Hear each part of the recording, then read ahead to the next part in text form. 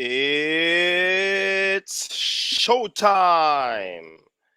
Welcome everyone to the coach's desk.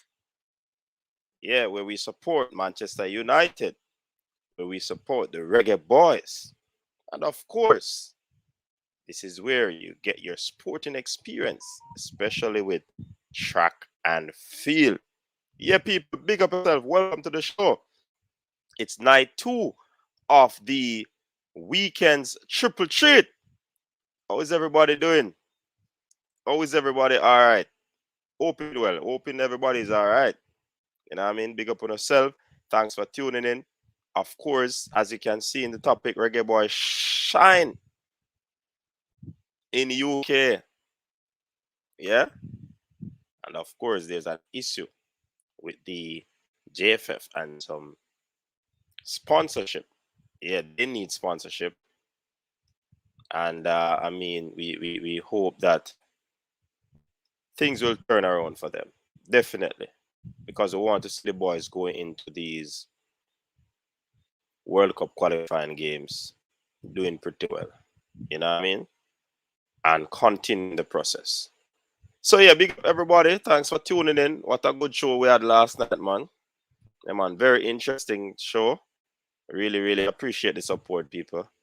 Yeah, man, and the calling thing started, and I am pretty pleased to announce that it will continue because persons gave a really good feedback on it, and we'll definitely continue with that. So this is another avenue for persons to share their voices on the coaches desk about the football. Yeah. So we are opening up avenues where you can share your thoughts on the varied sporting topics. Yeah, man. Big up to the persons on Facebook.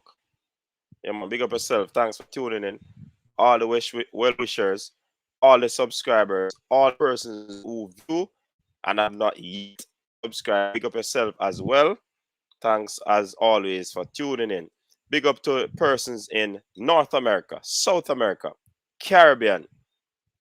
Big up to the people in Europe. Big up to the people in Africa. Big up to the Jamaicans. Everywhere in the world you are. You know that an earthquake shook the little space that we're in today. Um, Haiti, US, Jamaica, and a few others got shaken up by the earthquake.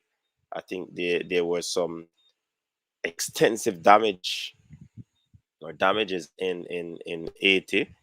We want to show them some support in any way that you can. There are a lot of philanthropists out there who will reach out. So once these people come on board to reach out, and you can do the best you can to assist Haiti at this trying time. Yeah, some crazy things happening over there. But I mean, we wanna show respect to them by supporting the thing. All right.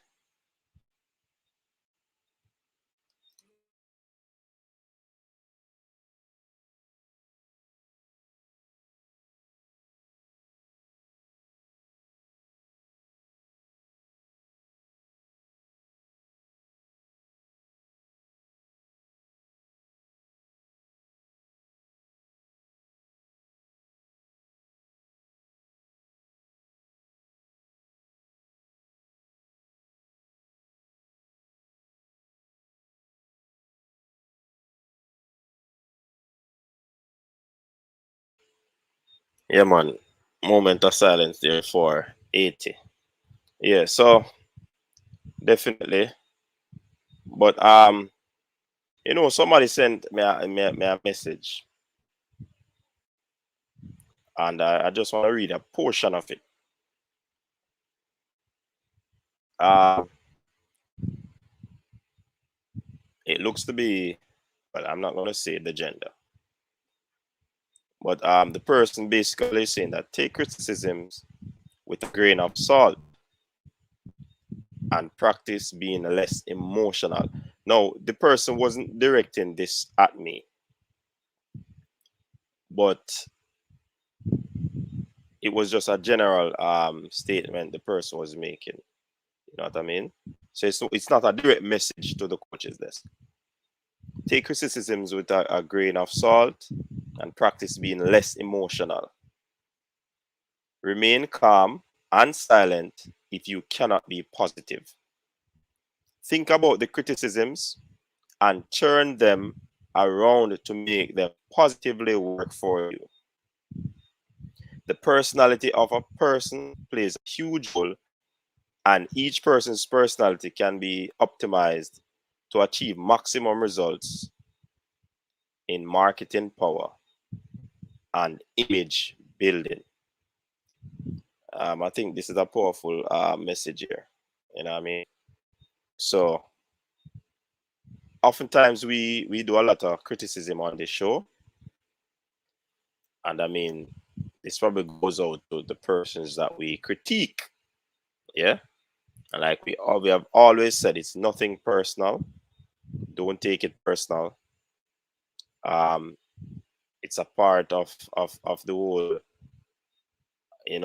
being a superstar, being somebody who's a public figure from time to time. Well, we can even see if the prime minister is not, left out of criticism. A lot of persons criticizing. So, I mean, criticism is always going to come. Yeah. But it's how you handle it. Right.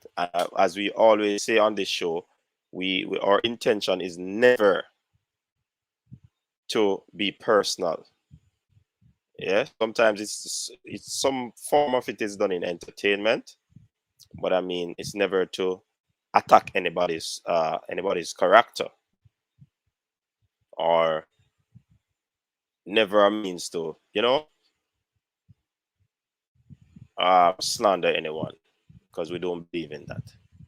All right. So I just thought that this message is fitting, so I can share it with you, and as such I did. So big up on yourself. Big up to the Reggae Boys who are watching. Big up to all the ballers, the coaches. Yeah. Big up just about everyone who continue to show coaches their support. I really appreciate it. You know what I mean? Enough respect. So the Reggae Boys shine today in the UK. Of course, we had a lot of them. Yeah, man. Daniel Johnson, Jamal Lowe, Bobby Reid, and Bailey, Ravel Morrison. You have some potential Reggae Boys, Johnson Clark, Harris, and some others. And trust me, them are keep the banner shining, Them are going a little thing. So big up to all Reggae Boys then. You know what I mean? Wherever they are. So we're gonna be having a discussion about that, and this whole thing about money that the Reggae Boys need in order to, complete the games, so that they would be able to, qualify for the World Cup. That's something that we definitely want to ensure that happens. Big up to Teddy Lee Gray, people. Teddy Lee Gray got his credit. Yeah, man. Teddy Lee Gray got his credit. So big up Teddy Lee, the first caller to the show.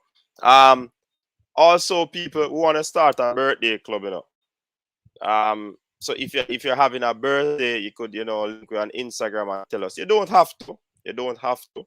But it would be nice. Yeah. You don't have to, but it would be nice. Share your birthdays. For example, we'll be doing a weekend show and it is on the weekend, or can just give you a shout out. The same way we're gonna be shouting out Mr. Management, the I Am Sure Sports Boss. Pick up yourself on your birthday, Mannings, man. Yeah, man, add some flavor to the show, Another personality there. Big up yourself, I Am Sure Sports, wherever you are. Yeah, man. I mean, know things went well for you today. So big up yourself. All right, so moving on. Chemo. Big up yourself, Chemo. I say, I'm like, hey, people, you see when me have on, you know. Yeah, on a see when me have on. Even though we do away with the Chevy and a different thing where I soon get that jersey. That yeah, man. I work on getting that jersey. Yeah, man. You know the thing, you know. Guy, we have to follow the jersey each year, you know. Yes, master. But cataract, cataract, cataract. Virgin, you say yo cataract. Hey, cataract. Come make big speech and big talk. Eh? Speech and big talk, cataract.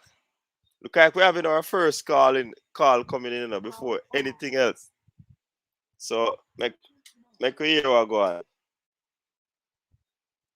Hello, caller, you're live. Welcome to the coach's desk. Alex, big up yourself. We're here, you know. Alex, so I thought you were early, you know, early dog. Where it's cataract. I'm gonna get beaten tonight. Oh my lord, cataract. You got spanked by a good Manchester United team. You know, we guys put hashtag cataract out. Yeah, like I am sure that's about cranky. Yes, hashtag out.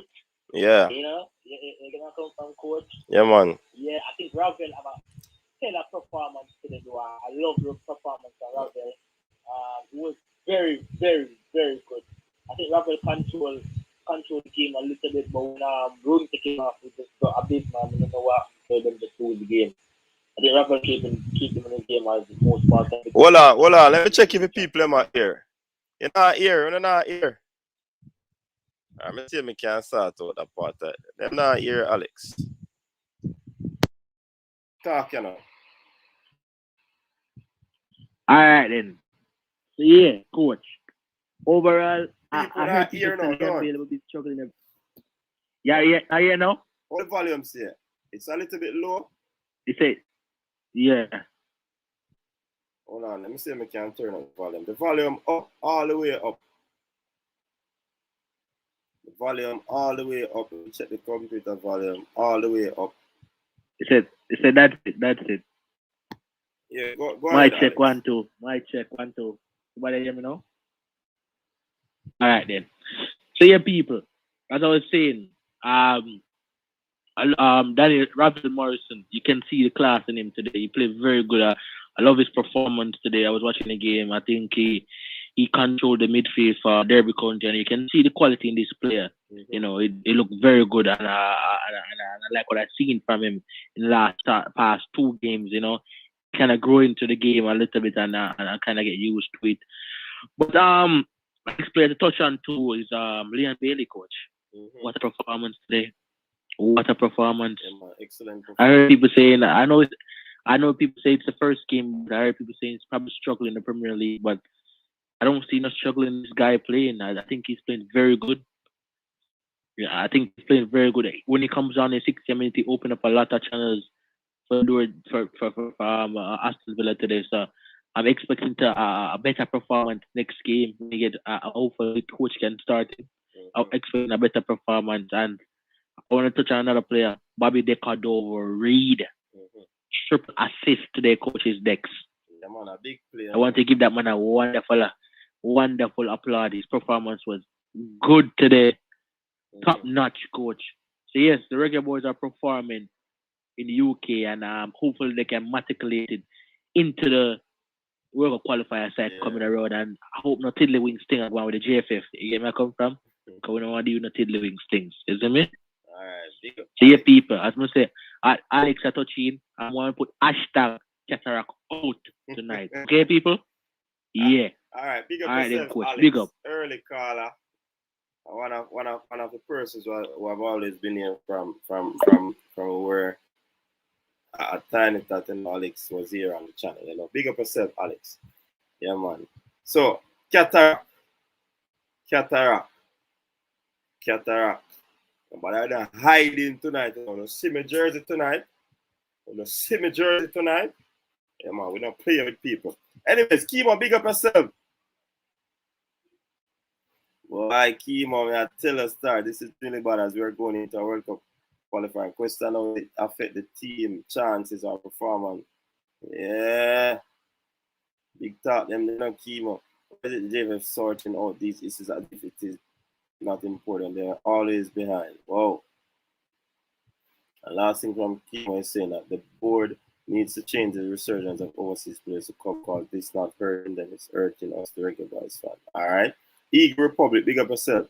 Did the JFF and government resolve these negotiations? Major Brown stated that he needed 6 weeks to bring the national stadium up to FIFA standard. What? All of them something are going. As we speak, 8 African countries have lost their rights to host World Cup qualifying home game. They fail the FIFA inspection process. All right. Let us see.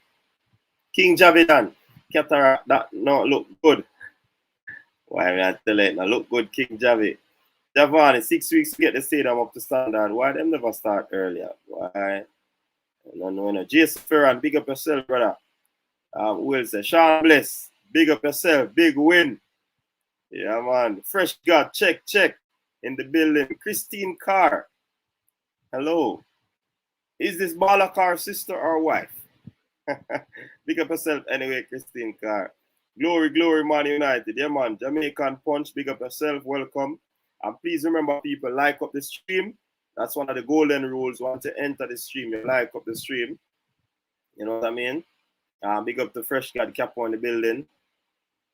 Mark Chambers, of course, JFF need to get act together. The public need to engage in what is going on with the team. All right. Marlon Ness, big up yourself. Up and running, Marlon. United we stand. Qatar better not hide it, because we coming at him with the whip. Leon Bailey made a great first impression. Yeah, man, and first impression last month. Right now, purely and Bailey, the Aston Villa people them attack. But big up to the Aston Villa people in the comment section. The Aston Villa people who are watching the coaches desk. Big up yourself, and thanks for tuning in. You frighten me. I normally turn up the volume because you whisper too much. But today you are loud and clear. Well, Lee Young attack, say. Hey, Lee Young. My volume always up, man. If you're watching the live and haven't subscribed, please do so. Marlon. All right. Tuning in from Dallas, Texas. All right, Christine Carr, welcome. Nice to have you. Is this your first time on the coach's desk? Welcome, Christine. Daniel J. Williamson, big up coach. Yeah, man, big up yourself and welcome. Yeah, Cataract hide, man. Leonard Rennie, big up yourself. That look like a Chelsea ball. Why another magnitude 7, yeah, man. Whispering again. Hold on. Big up Fresh God. Nikai James, big up. Countries like Brazil already named their squad for next month. The JFF released theirs. Yeah, man, next week the squad already is. I don't know who that is. Oh, watching, big up. Oh, my display. Do coach Minzy. All right, big up yourself. Yeah, I was wondering when they will announce the squad. All right, Christine, look like that person into football, you know. Joshua, big up yourself. American Spine Building. Joshua, big up. All right. Kevin Campbell. Tonight, me laugh at Qatar. At least get a 5 on that top, boss. Yeah, you see it. No, man, we need about 13 subscribers to reach 11,000. So if you're in, people, out of the 91, if all of you are not subscribers, just hit the subscribe button. Yeah, man, big up. Yeah, Joshua, big up. I take negative comments about Maggie, Pogba, Tom Brady, and LeBron personal. Really, Shatta? All right. Elaine Livingston, big up yourself. Good evening, coach. Yes, it's really bad over there. Coach, which team Nico Bread plays for? Great going. I really like it. I think is it Birmingham Legion? He plays with Junior Flemings. Mr. Special Edition, big up yourself, man. Welcome. Claudine, what's up? Well, me take it as a personal pleasure to unmask that girl and make sure that blood pressure still. Top 10! What up? The good thing is that the squad should be around 28 players, so we have enough to rotate. Hope the JFF don't use this as an opportunity to bust bodies. I think it's 30 players, and then they can select 23 out of that. I'm excited for World Cup qualifiers. I've done enough spine to be prepared for the match. All right, Joshua. Big deal then. Big yourself. Yes, congrats to them. All right. Thanks for the reminder. I take Shakira slander in person. Nobody slander Shakira, man. Big up yourself, Kimo. Jerry, no. And that's going to make me unsubscribe. What going to make you unsubscribe? Jerry, what going to make you unsubscribe? Nikai James. You win the league in your first game thanks to Paul Pogba. No, man, we don't win the league. But we kick it off. We went up against the mighty Cataract. Oh, the mighty Leeds. I almost said the mighty Cataract son, but the mighty Leeds. Sorry, Leeds. Sorry, man. I disrespected them. Boy. Pick up yourself, George Henry. Welcome. Coach, fix up the volume. The volume low? We're not hearing me. All right, he said that's it, so I guess it's though.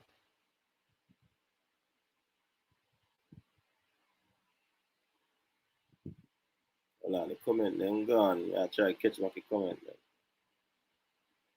All right, so Mr. Jason said that's it, and I even said it's a little low, so I wonder if it's out. Should there be a likes cut off before calling starts, just like link dropping? You know that is true, and also we're gonna have a limitation on the calls. Can't go beyond 5 minutes. And the chairman say yes, he's good. He's good now. Okay, I am sure you were like a lion. All right, just create a panel, man. Shit, man. Volume is good now. All right, Duckland, big up self. Check. Jerry, anyway, that Chelsea. My president for Chelsea, this is the man. Him something, you know. Him impeccable. My president, in the man. Big up Jerry, anyway. You can check out Jerry, anyway, that channel to people. Yeah, man. Just another walk in the park for the European champions. Yeah, man. That big. Yes, South Carolina Ravel really play some good leather, man. Elaine Vincent said volume good. Matriculate. Which word that Alex? He said matriculate or matriculate. I don't know. I'm just helping the brother out, you know. Just turn up the volume because he's loud and clear, okay? Broadman Security. Big up yourself. Broadman Security means say a team cataract, you know. All right, Jason Ferran with a super chat. Big up. I hope the national coach takes note of the players' best position going forward. Yeah, man.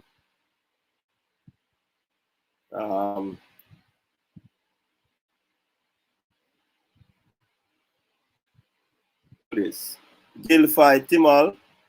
I barely performed well in the minutes he came on from Villa. Why Tapa can't get performance like this for the JAT? Why we don't know, you know? But let us see. Mark Chima, international and club football is different. One have to wonder if blah blah. All right, cool. Big up yourself, Ian, the big man. Antonio playing tomorrow, I believe. 6 weeks, yo. I bet we knew this and did nothing about it. Wow. Michael Woodburn said, up, big up yourself. Chelsea man in the building. Yes, Shatta, take care of Christian car. Whether it's a girl or Aye, Shatta. Leonard already said, up to the Chelsea. Well, hey, Chelsea, they roll out tonight, you know. DJ Goal today was as well. Yeah, man. Kimo said, this is the World Cup qualifiers. Let us hear answer. No, been here about 3 times now. Already subscribed. All right, Christian, pick up yourself. Are you a Cowboys fan as well, Christian Carr? Shut up. You know, interview. Power off. Um, some team have to change their name from Leeds to last. Fabian Full, big up yourself and welcome. Yes, big Cowboys fan, even though they keep losing. Shut up, making headways, people. One done, big up yourself. Pep. Pep is welcoming all the ladies. Yeah, man. Davian McClear, big up and welcome. Paris is going to play tomorrow. People, just remember, when the likes are up over 100, we'll drop the link. Yeah, man. Chaddy Hines, big up yourself. Chaddy Hines. Name my son familiar, you know. Chaddy Hines. Chaddy Hines. Name the son familiar. Name the son familiar. Hold on. Wait something gone. It's about, man. We need more quality and the best team out there. That's all. Never argue with that tricky. Yeah, man. I play some ball, man. The Jamaican not play for this. Because we wouldn't like to know me laugh. New Cowboys with the up and running at coach. All right. Jay, big up yourself. Eagle Republic. They never argue. Scored a hat trick today for Mancia in the. Yeah, man. Big up to Never Argyle on that hat trick. Big up to Bruno on that hat trick as well. I bought my Reggae Boyz jersey code. You bought yours? It's Western Sports. Yeah, man, me get that jersey, man. It up by the JFF forward, 6,000. Yeah, man. JFF is always lacking leadership, and there's nothing we the fans can do about it because they don't invite people off the country. Hold on, look at me, I get a call. Me, I see if.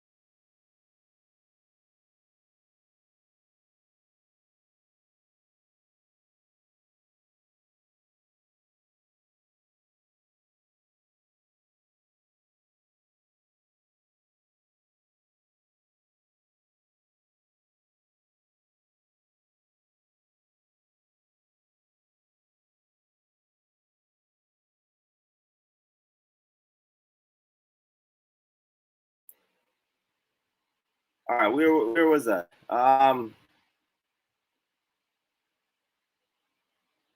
Doreen said, big up yourself, Doreen, and good night to you.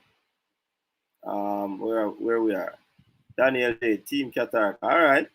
If you saying, wonder if Rooney realized that Ravel is not a week. I'm happy for all the guys playing in Europe, especially Ravel. I feel he's a main man. He needs as much game under his belt. He'll do all right. Sure. Revna Baker, coach. Good night. Every one team win, but my team. Which team are your team, Revna? So like our Arsenal on this, man. So unlike Arsenal man this. Yeah man, it go sleep when the call not coming. Yeah, Doreen, bless up. Christopher Cummins, EPL champion, I play tomorrow, Man City straight. All right, look yourself. It took 2 training sessions to see Bailey best utilized on the left and look like him performing 30 minutes as compared to 2 full goal. Yeah. Yeah, people are talking about that too, you know. Yesterday was a nightmare for me. Georgina Ballon d'Or winner. For sure, absolutely world class. Alright. City up and running tomorrow. Jersey size are limited on Umbro website. Really? That's gone? Yeah, man, Rip no so like Arsenal fan, man. Coach, I thought to see the matches. I don't know. Coach, me not hear you. Ball a car in a building. Hold on. Thing run again. Just don't play a match, coach. I want to go on for the show tonight. Show just that. Which team you play for Balakar? People them know the man. Let the people them know Balakar. Which team you play for? It's a D1 match. I mean, yeah, talk to Balakar. In the man name Balakar.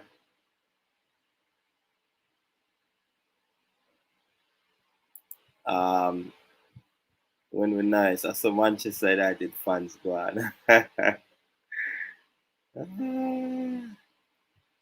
Yeah, we are talk about it, brother. Gunners for life, we'll be back. Alright, keep on saying my Gunners, man. So, well, I'm not trying to sort out something now because it's not look nice.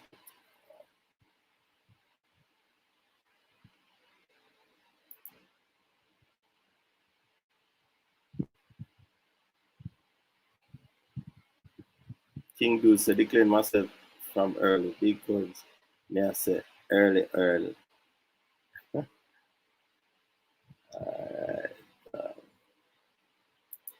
trying to start out something while we're on it. We don't reach the 100 thing it.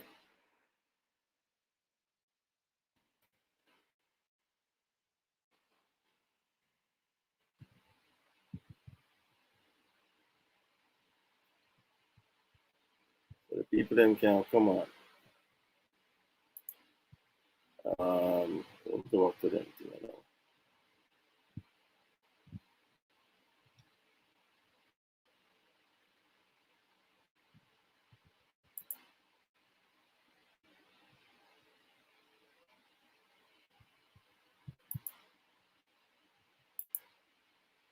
$16 likes to go. Come on, people.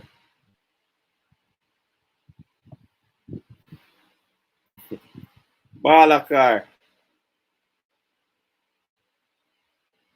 The man, them have to know.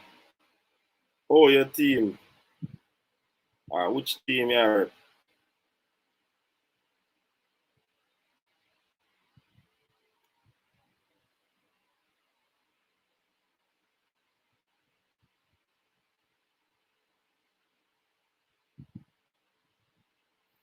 Ricky Trooper said, Gunners for life. The race is not for the shift. You know the rest. I don't say it says, but that's not for the Swift, but for the Accord or the Chevy. Yeah, man, Bailey had a very good performance. So Ricky Trooper, the race is not for the Swift, but for the Accord or the Civic. We not fly high, man. We just did our first match, man. Yes, good. Eh? Let's say boss a penal though, and the boss deal with it.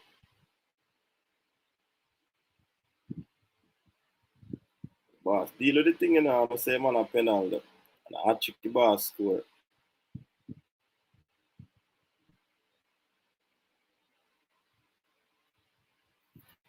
Tiddlings boss. Where's the Ricky Trooper that bad? Yeah, man, I say things set, man.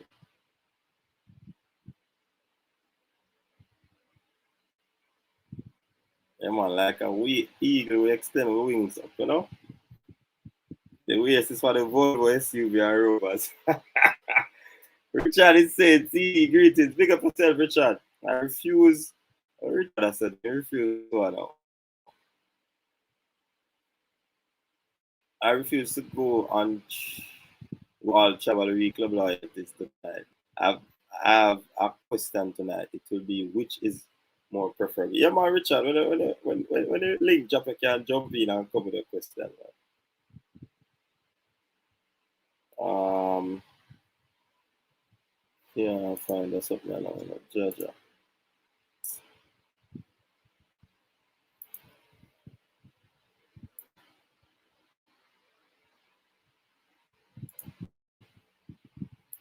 Come, people, get the likes. 4 likes to go. 4 likes to go.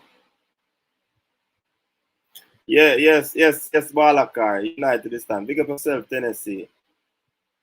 Big up, big up.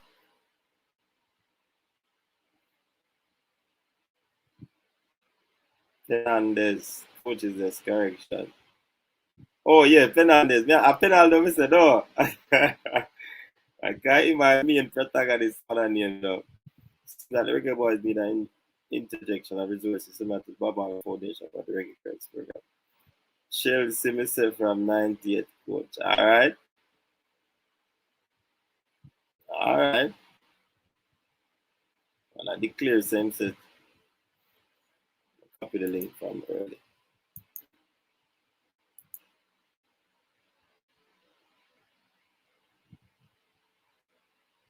You're the ones who. Alright, the link I got drop. And please remember, those who are just coming on, there is also a number that you can call whether you want to call it directly or whether you want to call via WhatsApp. Via WhatsApp, you can also do so. Primo, big up yourself, Primo Vision. Big up yourself, Primo. People, just remember to go over to Primo Vision YouTube channel and support the thing. You know what I mean? Come on, make some good content over there. Big up the Primo and his team. Alright, so the link I got dropped. Let me set so I can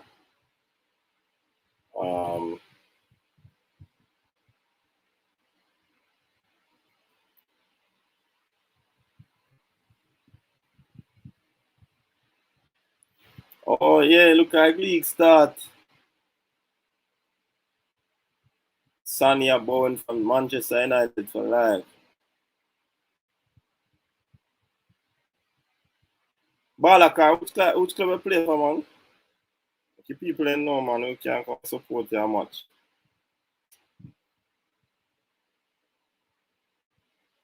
Alright, so the link pin already, people. Cataract in the comment section, hiding. What you say, you're trying to resist the PSG, what bandwagon? You know, jump over there, though. I ain't jumping over there.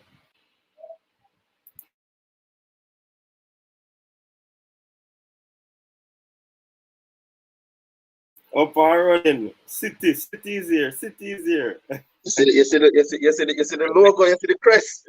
Yeah. I make sure you see mine too, you know. Make sure you see mine. Coach. What's up? What's going on, man? Boy, LB. Couple of minutes, performance look good. But coach, you see what we've been talking about with Leon Bailey, just keeping it simple. Pass, move, go into space, don't take up the game for your head. You get me? I said this alone. When the man do that, the man unplayable, you know. You get me? And the little delivery them where we are asked for the whole Gold Cup, just with some delivery in the box. You get me? In a couple of minutes. Whap. You get me? A man has string them in the box. So that's that we ask for, brother. We know your quality already, man. We don't want you try to put everything on your shoulder, man. You get me? The simple things them matter, man. And thing. But in a couple of minutes, when we play to them, man, he look good.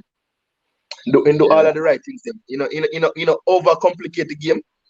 Him never come and search for the game because I'm there provide width to the team. So him stay wide until the ball reach him. One time I see him coming at the midfield and when him He pick up the ball in midfield and dribble right across, lay off with the and the what the guy they named the Ras, and then play the 1-2 down the channel and thing. You get me? But other than that, the man do all of the correct things, them man. ABC football and create chances. Yeah, man. What do you think about persons? I've said that he will struggle in the league. That he will struggle in the league. Mm-hmm. No, man. The only way Leon Bailey struggle life, Leon Bailey complicate things for himself. You get me? I'm not gonna struggle. Struggle how? He's not ready for Premier League. Premier League tough, and the defenders are tough, and he won't be able to, express himself as he would like. With the flirty type of football, no, coach, man. He will grow. He will grow in the Prem. Right place for him. Him tough enough. You get me? I said, Messi no rough, Messi no tough. He's skillful and all of that. But at the end of the day, if them rough him up, might try to fall for him team. You get me? I say, he will strive, man. He will strive there. Yeah, that's what I've been saying, but persons have them different ideas. So persons are just sharing their opinion that, Nah, man, the Prem good for him, man. Him will strive. He will strive. He make the first step. You only can get better from this. Well, once him put in the work where he need to put in, because wait 2 more years or 3 more years to come to the Prem. You put off the glory again. You put off getting a feel of the Premier League. You come here now and you sign a 5-year contract. You know overnight. Grealish just signed and Guardiola tell us straight on 1 match now, 2 match now get you to get me in. We never signed for this season alone. We signed a 5-year deal in a man. Just give the player time for get climatized to the thing and do him job. Yeah, for real. Somebody saying that Bailey is tailor-made for Premier League. You agree with that? He's tailor-made for the Premier League? Yeah, he's tailor-made for the Premier League. He's made for any league. That's just my opinion right now. For any league around the world right now, he's made for it. All right, that's the confidence you have in Leon Bailey. Of course, the only time this man, I have something bad to say about this man, is like when doing at the Gold Cup. Try beat 4-5 man when it's not necessary. You get me? You lay off the ball, you find yourself in a space again to receive back the ball again, and you do your job. You score, your assist, or whatever. But don't try to take on 1 million people on your head. That time you're gonna have a poor game. People are gonna come down for you for the game that you have. When he does the simple stuff, he does them well. If you come to a test where him really need to beat a 2-player for get a brilliance, have a bit of brilliance for the team, we don't have a problem with that. But every time he's supposed to do that. And notice the only time he does that is when he's playing with the national team. Honestly. I want him to just take the club mentality that he has to the national team. You get me? I say, and just do the simple things them. We know what kind of quality he has already. He has nothing to prove. Just do the simple things them and keep the game going. You get me?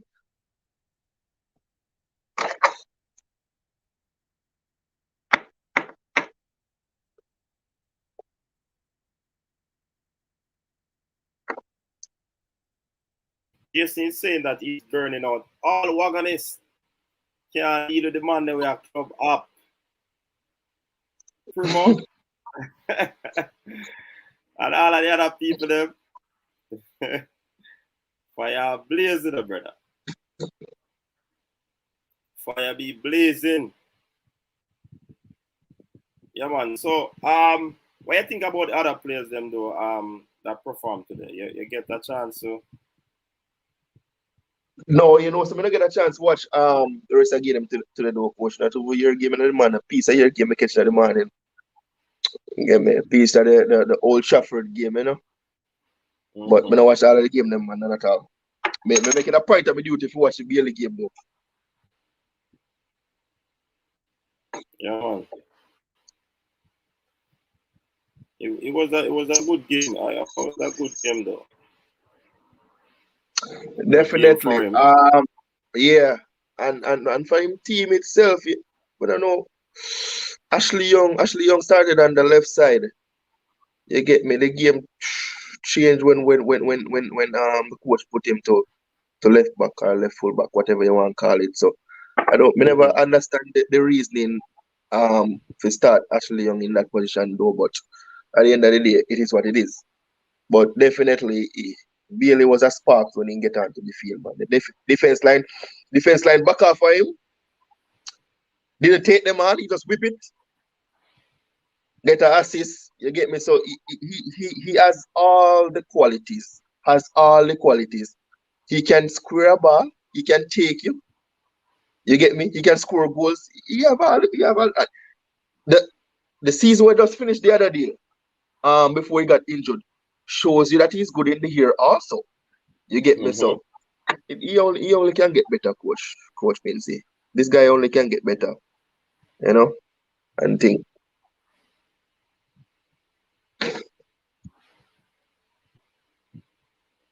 Wonder what time Cataract turn on the sound tonight. I saw the Uh, count and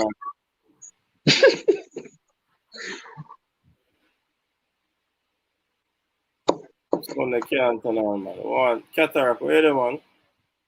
Are you sure wait for now? We beat and teach you.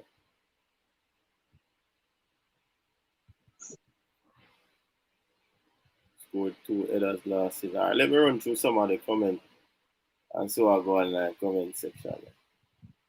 Alright, Primo to heal up. Yeah, we heal up Primo.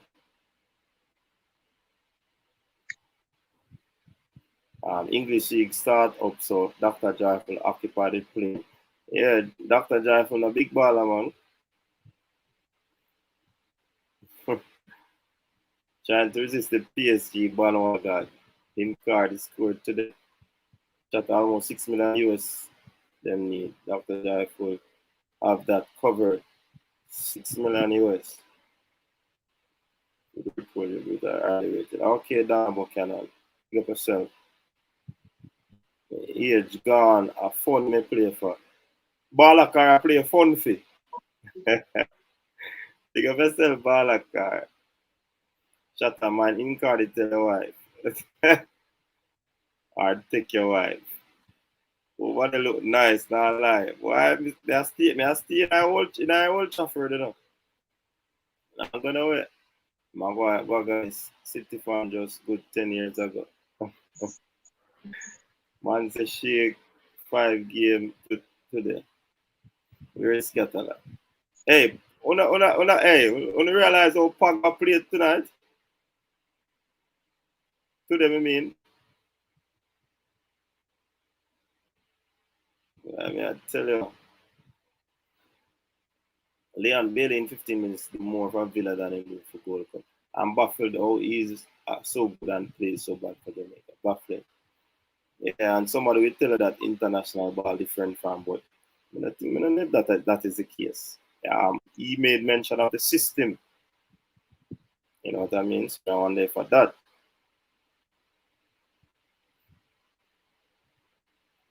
Because he's playing in the system and playing for a good coach who knows how to use him. And Fabian full, no man, make we keep it better than that Fabian. You have to stop at the end. I couldn't read that. Daily can run, and the English Premier League is a running league. Yeah? How them go Diamond League? Gates said Diamond League, Mark Chambers. You say a running league.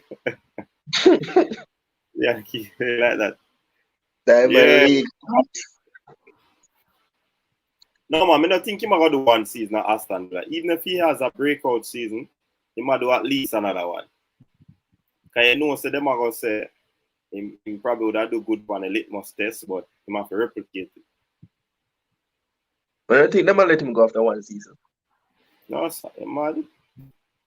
And himself Grealish. You don't think about that. That's right No, now. there. Giovanni said his pace, directness, and quick thinking will make him strive in the Prem. All right. No joke, man. You see the man, the first thing the man do, well, on the left side, him take on 2 players and lose the ball. After him lose the ball the first time, this man not try take on 2 again, and he not make it, he not make the same mistake the second time, You get me? I say so. Why? Oh no, Billy ready, yeah, man. Billy ready. Bad boy, Tommy Abraham gone down to Roma. Yeah. Yes, sir. Man, you not give Tommy Abraham in credit, Jay anyway that day. Now give Tommy Abraham in credit, He once upon a time top goal scorer. I said they don't switch and go and left him so. Yeah, Tommy Abraham have lot of potential. Lots and lots of potential, man. You get me? As a striker, no joke. Just need a little more development, but what Jose gonna do with him?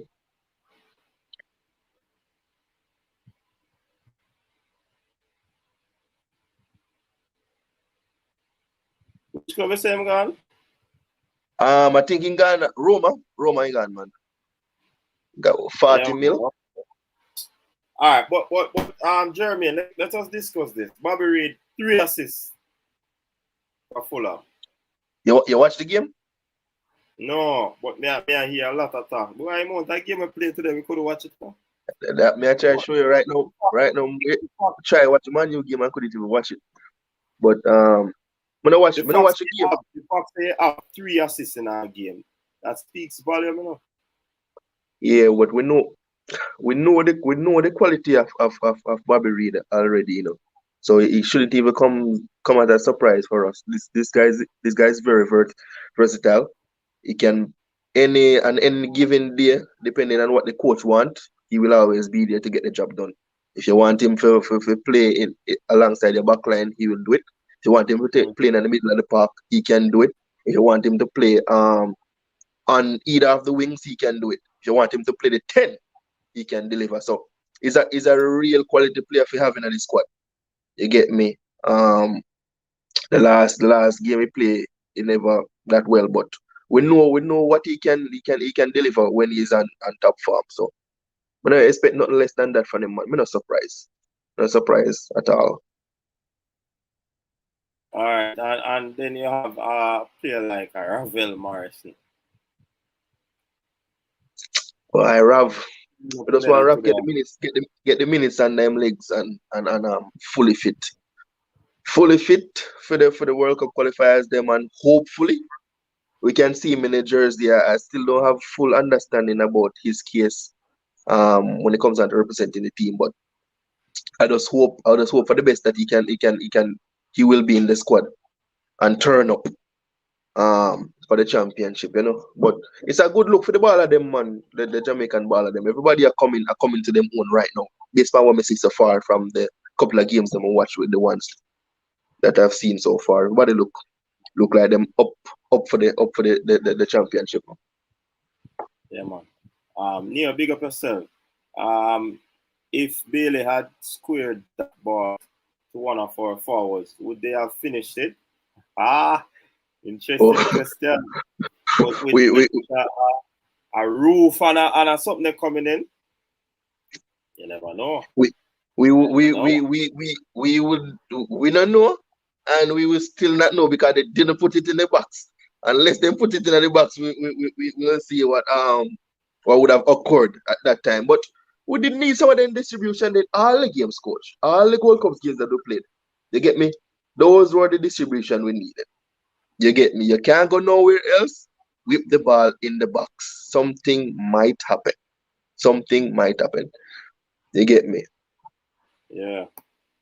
And the follow-up part of that question is that was probably a half chance that was converted. Definitely, you have to give credit to the player, his teammate also. Man, just Lashan put it right away, man. Cause the man fizz it across, man, with pace, You get me? He didn't even have time to think about it. He just put his foot there, put his foot through the ball and hit it on the half volley. But yeah, Yeah, man. So, which of our forwards would have finished that chance? That's a near ask the right question. You know. But I mean, if we're looking forward, Neo, we're talking about Mikel Antonio, we're talking about just Kemaru. So, if these players up and running and Leon Bailey swinging them ball, of course, by all means, they're going to finish. yeah, man. Antonio will lash on something like that. Remember the last season? Last season with City or before?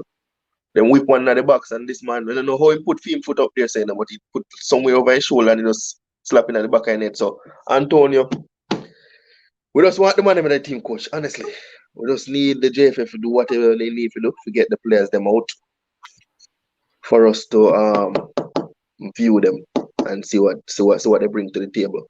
You know, but if they don't come, we're gonna be singing the same stories over and over and over again. You know, need to stop now.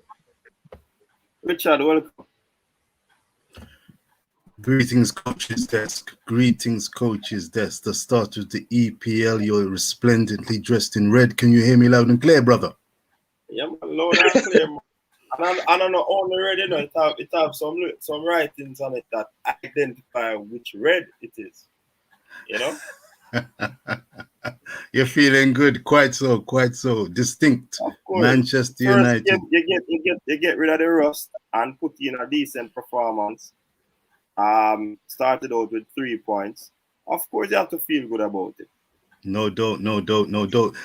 Can I get the name of the gentleman? Is that Jermaine? Yes, sir. Yeah, that's good to put a name to the face or face to the name, vice versa. How you doing? I'm good. I'm doing well. All right, give thanks. Now we've got the pleasantries out of the way. It's what time is it now? Gosh, it's 2 o'clock in the morning here in London, England.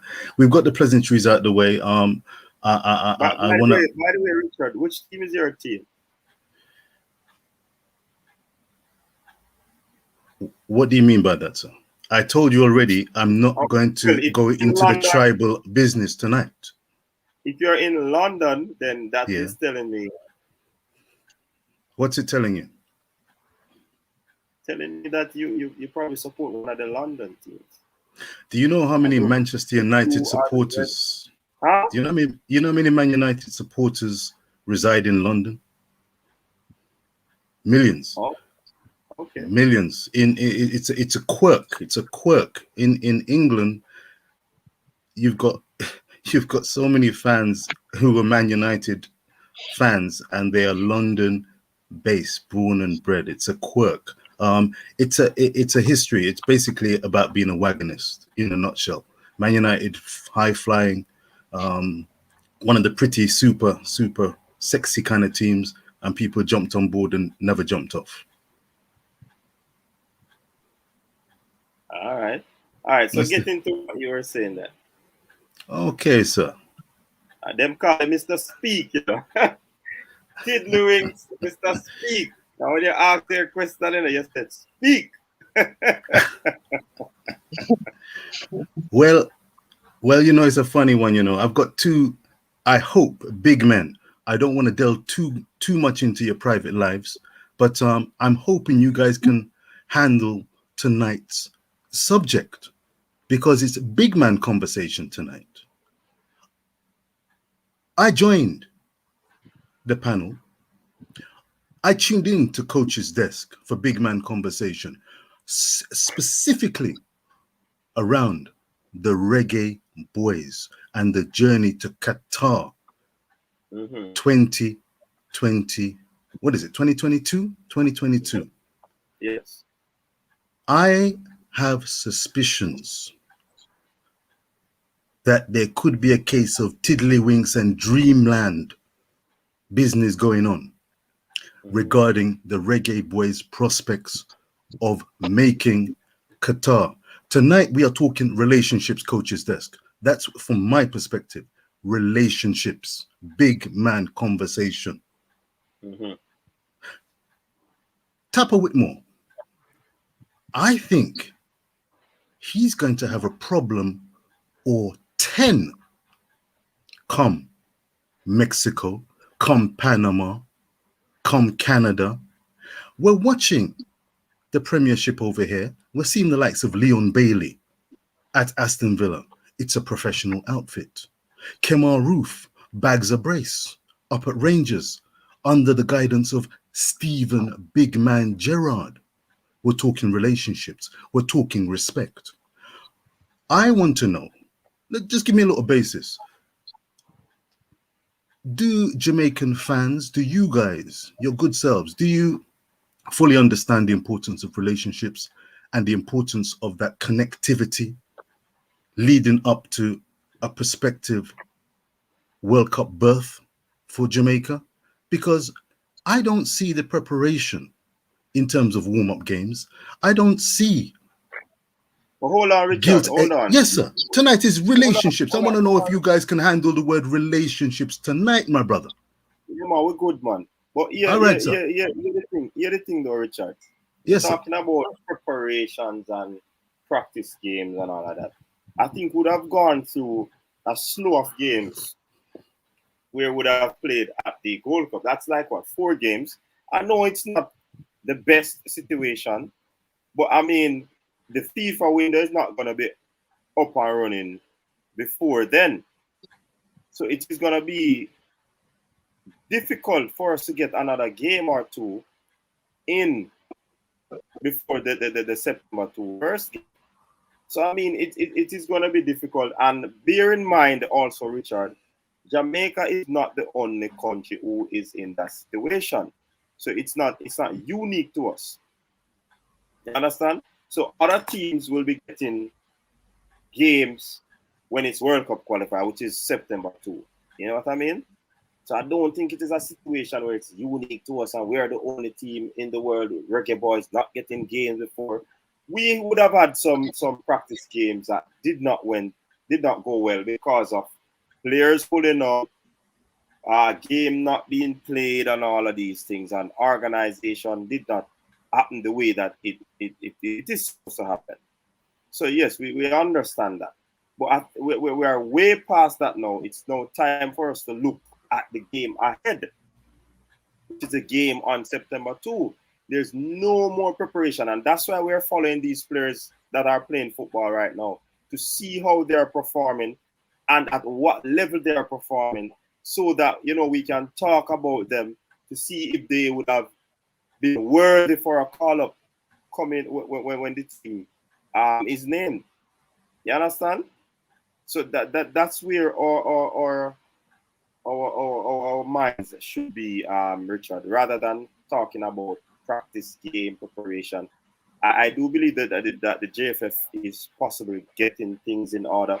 We learned that a member of the hierarchy was in Mexico sorting out things for the game and all of that. So I mean, things are happening behind the scenes, which is the off the field issues that they are taking care of.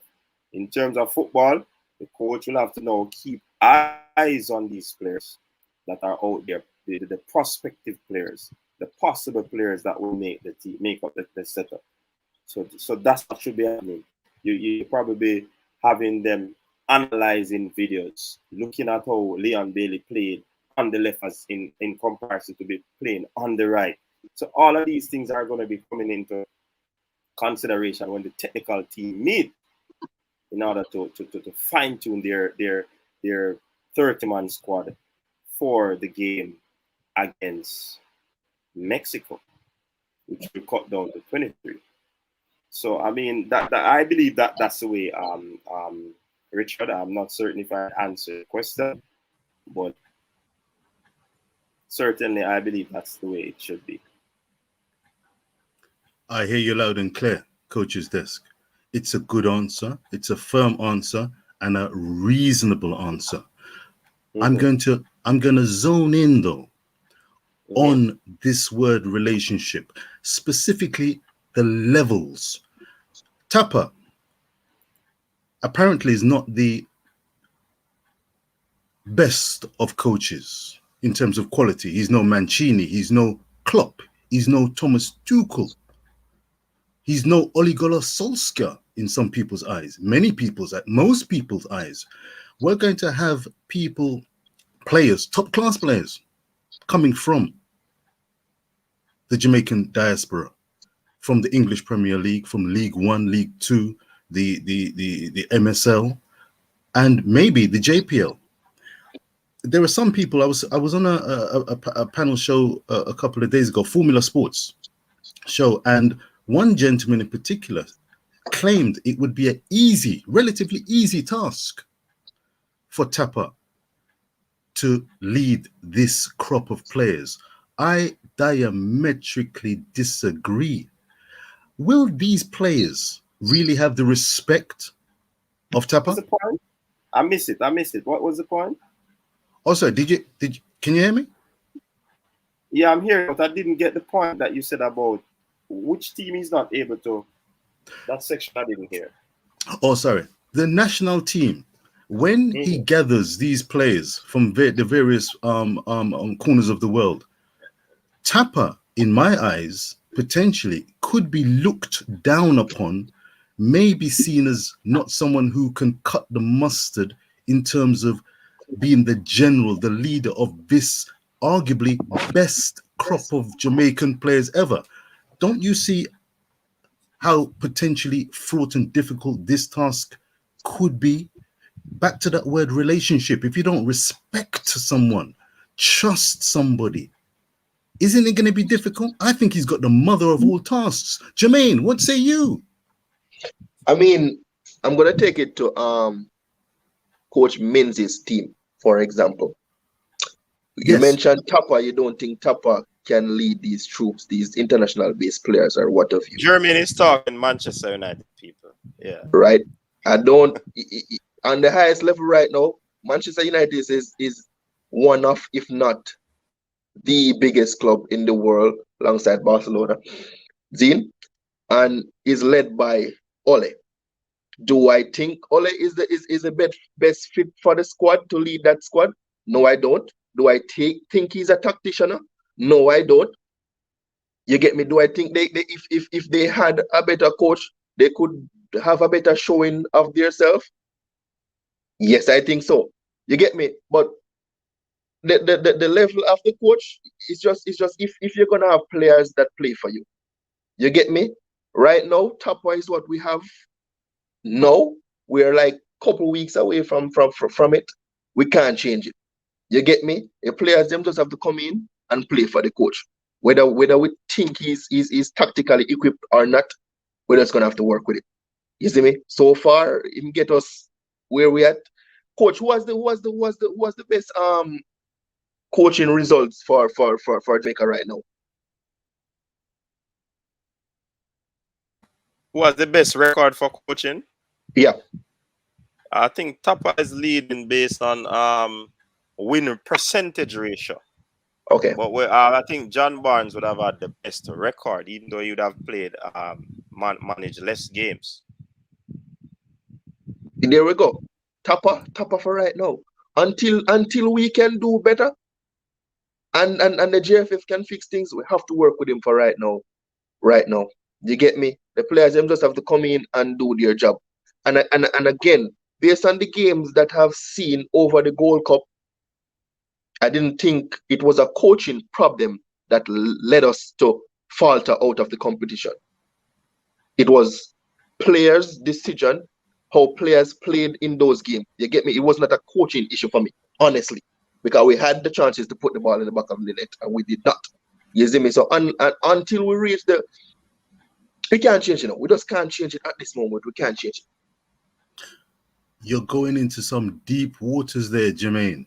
Deep waters. And it's deep waters that we're entering because this is the World Cup Qatar calling. And this could be a historic return to the biggest stage of all for the Reggae Boyz. Now, I don't know, and it's going to be interesting tonight.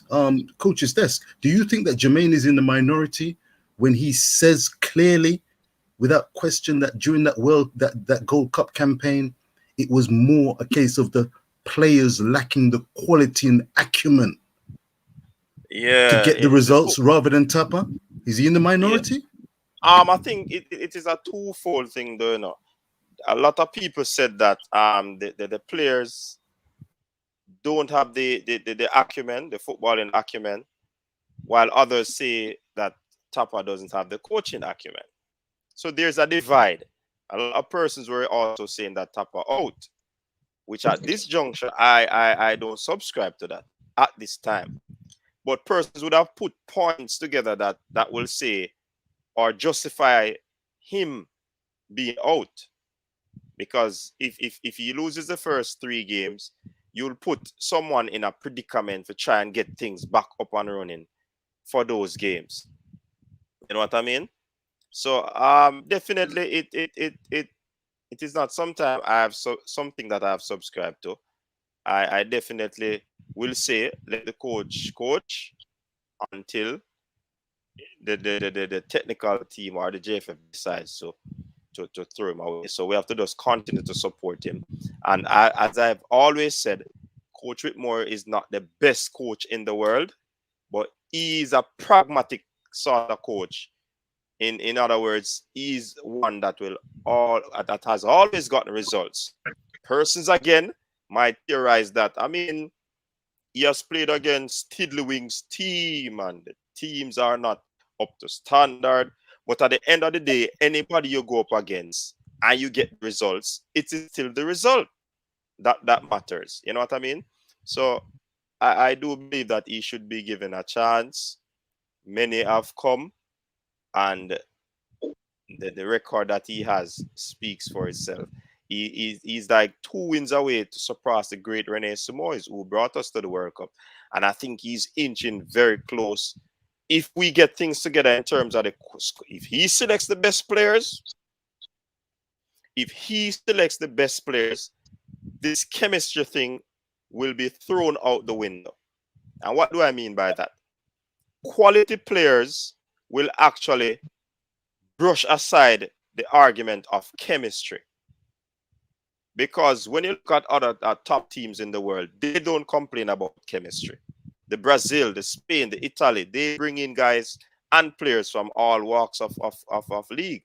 Marcus, some might be playing in the same league, like a Spanish team, you know what I mean? But in the same breath, I do believe that once you have quality, this matter and argument of chemistry goes through the window in my estimation. So if he gets the best players or he selects the best players, then certainly the Reggae Boyz will qualify for the World Cup Qatar. And I tell you, we will not only be going to participate in the group stage. I think we'll do one better, and for the first time, go into the knockout stage. And I am saying that because of the players that are out there that are eligible. If all is done for these players to come on board, certainly we'll be able to do that. Cataract, welcome. You have the whip, you know. Welcome, Cataract. You have the whip, you know. You have the whip, you know. Yeah, man, you have the whip, man. You made big speech. You made big talk on the program last night. Listen to me, man.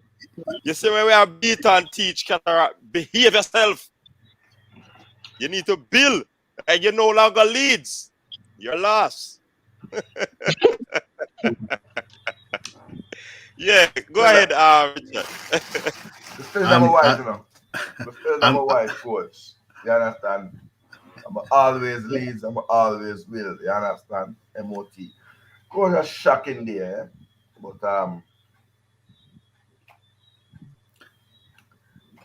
kudos to Manchester United. Kudos to Manchester United. You know? Say that the people no here, them no here. No, I said kudos to Manchester United. A shocking display from Leeds. Shocking display from Leeds. Yeah, man, shocking. No. It might have appeared that Bielsa might have watched that Tapper. This was strategic advice. No. But in all fairness, Qatar, in all fairness on the game, I think Leeds played well. You can't take that from them. Yeah, man, shocking. But listen, The result not really depict our play still, you know. no, Leeds we were Me, sloppy. We were sloppy. me enjoy the Um, football yeah, man, from I would both enjoy ends. if my side scored 5 goals. No man, but you not hear what me say me enjoy it on both ends. Leeds were putting some slick passes together. They were on counter, they were quick. Yeah, but at the end of the day, So it was an entertaining game for me. at Separate the and end of the apart day, from the five that we kicking at the bag. And silence you, and you're coming out somber mm. mood right now. You know, No, so, man, come to some mood, man. that's so At least, exuberant, you know. Leeds are my side. You understand? And listen, M In MOT Bielsa, MOT marching on MOT. together. In Bielsa, we trust. Just You understand? Yeah, man. In Bielsa, we trust. It happened last year. They got one extra. They got 6 last time. And we come back and the next 3 games, we beat up 3 side and got 9 points after the loss. I was hoping that Leeds wouldn't have such an erratic week. But the good thing about it is that it's early in the season, so we can go exercising at the transfer market, Mm-hmm. where there's clearly some weakness. And the last thing I would say, and I listen to Jamaica, is that be careful when people we lost Silian Alioski, the North Macedonian left back, and see how important that player was to Leeds. You know, sometimes you take out one piece out of a cog and the whole share. I didn't like all these players were sloppy, give away the ball and those things. But people are coming for about this. We get 5. We were bad. But we trust in Bielsa and he will get it right. And that's how you go. Man, you look sharp, clinical, and I think my biggest takeaway from it is look, JFF every day, Coach Whitmore, every day between now and September 2nd, gonna call Mason Greenwood every day and tell him come play for Jamaica. Eh, Mason Greenwood is a. I just sat back and just watch. I mean, he's a clinical as they come, and I just love to see him in a Jamaican shirt. That was my takeaway from the game. I just after about when the goals were, I mean, clearly I'm shell shocked, right? Because we got 1-1, and then I don't know what happened. But just watching Mason Greenwood, I watch Mason Greenwood. That was my eye on because these games now, I watch because I support Leeds, but I also try to watch because potential Reggae Boys are playing or Reggae Boys. And in this particular match, you understand? This particular match, Mason Greenwood, dangerous, dangerous youth. We need him in Jamaica. listen, we're going into some deep waters tonight. Cataract, I'm glad that you've joined us. We're talking big man conversation. We're talking relationships. I'm going to put it to you that what you've just said is adding potential fuel to the fire, and it's also reinforcing my stance and many other stance that Tapa is going to have the mother of all challenges. The expectation levels as we speak are sky high. I know you are the number one fan of Mr. Anthony General Grant. I've seen footage of the gentleman. I've heard him in conversation. He's got his heart in the right place and he could do a fine job for Jamaica. Will he actually be selected for the Jamaican national team? Could you envisage seeing him playing alongside Ravel, Morrison? Let's go fantasy land. Mason Greenwood. Can you see this amalgamation, this mixture of all levels of talent under the guidance of Theodore Tapper Whitmore? Really and truly, this No, is going to be a roller coaster of yeah. a journey, and I'm really hoping that we don't fall off this roller coaster ride. Only 4 are guaranteed to go through this qualification. Top 3 are assured. 4th place is a playoff. I've got my doubts as to whether this can work. Mason Greenwood, No, but you are peddling in some narratives here. You're peddling in some high levels of fantastical tiddlywinks. No, listen. Let me say this. Before you answer, Cataract, Go before you ahead, answer, go ahead, coach. Shatta is saying that I should predict Jamaica. Coach predicts Jamaica will win the World Cup. No, sir, me never predict that, Shatta. Me never predict that. No. No, you didn't. No, you did not, coaches. This. No, you didn't. Okay. So I just want to make that clear. But do you see? I think Shatter has got his shot in. Jermaine, I know that you're a thinking man. Cataract, I know you're a thinking man, and you're a passionate man when it comes to football. I've seen you with Simon Preston, and I salute. But the expectation levels, coach's desk, Jermaine, the expectation levels. I mean, right now, as I can see it, Jamaica has some quality players all over the world. I don't think they're the best. I think they're quality, but I think within just this 30 or 40 that we could potentially choose, there are going to be levels of quality, and that's going to be a concern. It's going to be a concern as to who Tapper believes can make the team. And meanwhile, America, nice and easy, doing their thing. Canada, nice and easy, doing their thing. They've got those systems. Mexico, likewise, they've got their systems in place. The expectation levels are on a level vibe. They know what's in front of them, and they're going to be prepared for the war. My concern is, are Jamaica, as a footballing nation, ready for the challenge with a capital C that lies ahead? Jermaine, speak. Cataract, I know you're going to come in, and I want to hear what you got to say. Jermaine, speak. But David Radigan. Well, remember you play a song, yeah. Remember you play a song in the Radigan. So you throw it, take it up. Never talk short and make Jermaine come in. So the voice them are going to rotate.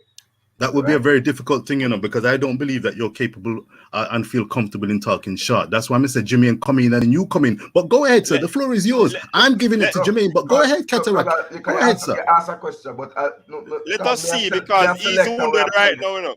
He's wounded. Oh yes, right now, definitely. He's definitely wounded. I can see there's wounds there.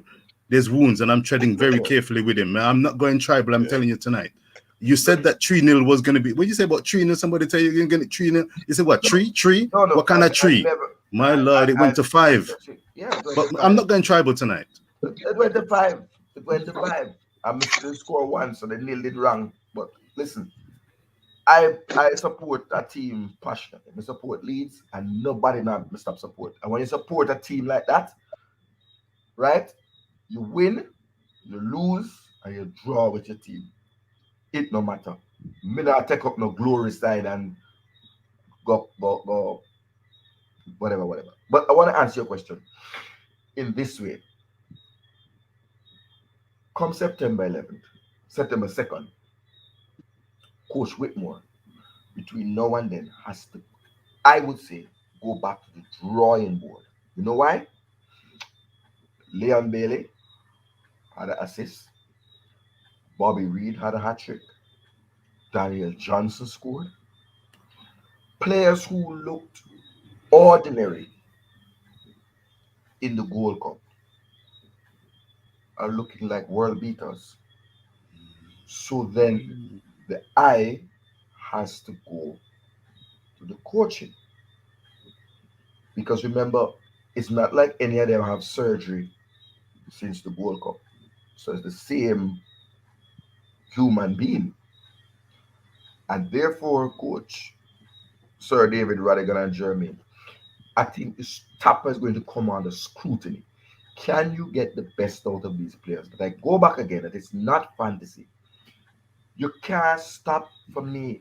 And I've said to them, I reached out to the JFF again, I said to them, and I'm quoting Stan Kroenke, get the best players, show ambition, and until Mason Greenwood, for example, let's start there.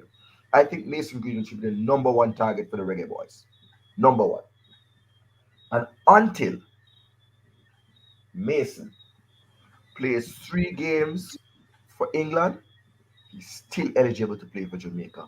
And we should be making a superhuman effort, a full court press to convince him. It should be like how Ghana did with Hudson Odoi. Prime Minister Andrew Owens needs to call him. Lisa Anna needs to put her pretty face on the thing and call him, the opposition. Every Jamaican needs to get to Mason Greenwood. Every Jamaican in England, in Manchester, and stand up outside of the stadium and go, Mason Greenwood for Jamaica. It's a full court press. If we fail, we fail. But don't let it be for a lack of ambition. But anyway, pause there and let Jeremy. Man, I don't think it's man Simpson. I'm gonna say Man Simpson because the man the repetition I'm gonna like it. Man Simpson. I did not say the Reggae Boyz are going to win the World Cup, my friend. I did not. Oh, I don't gosh, know what you're hearing. I don't know what happened. I said with the players that are out there, the Reggae Boyz have the propensity to actually qualify for the World Cup and not only participate in the first round, but move over to the knockout round. That's what I said. And that is because of the players that are out there and eligible to play for the Reggae Boyz. So, Man Simpson, I thought Mr. Sin, big up yourself. Go ahead, Jeremy. All right, Cataract. So I somewhat agree with you on the basis of the players that did not perform in the Gold Cup. They are really stepping up to the plate right now. So eyes would turn to the coach. But I'll get into that. First thing first. Unlike other countries, we're giving Topper a basket to carry water. You get me? Based on what I've seen coming up where with not getting players and all that. So he's having to wrap his head around getting players, thinking about games, building player relationship and all of that stuff. Right? JFF need to get their acts together. Give this guy all the players that he asks for and the quality players that he asks for. You get me? Let him focus solely on the relationship with his players, his tactics for the games, and all of that. Focus on coaching and coaching only, because most of these countries that we're talking about, that's the only thing their coaches are focusing on. You getting me? Managing players and their tactics for games and all of that. So until we can give Topper the free will to just wrap his head around those stuff, we are partially being unfair. You get me with that.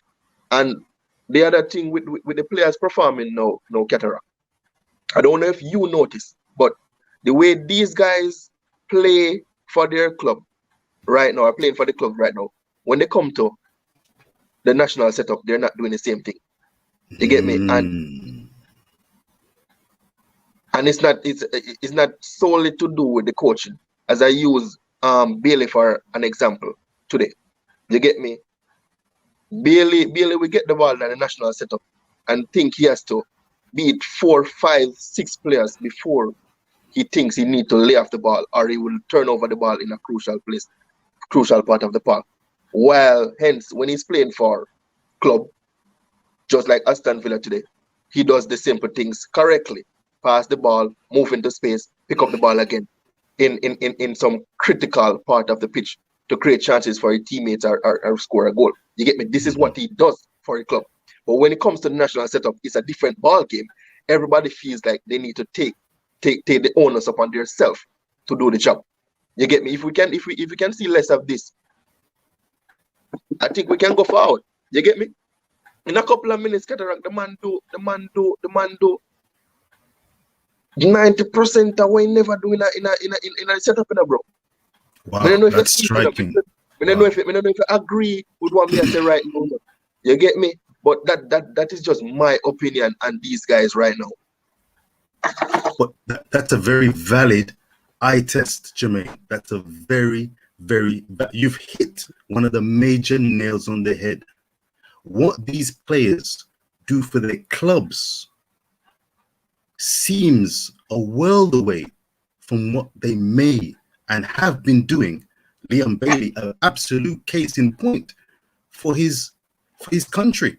I mean, you know, from a fan's view, an armchair fan's view, I've seen Leon Bailey. No, I'm correct. I've not seen him play for Villa yet. I heard what he did in the 30 minutes effort, but that performance, just that one performance, compared to what I was hearing about him during the Gold Cup campaign, it was a world away, a world apart, poles apart, and Tapa Whitmore compared to the Aston Villa manager. I think his name is Mr. Smith.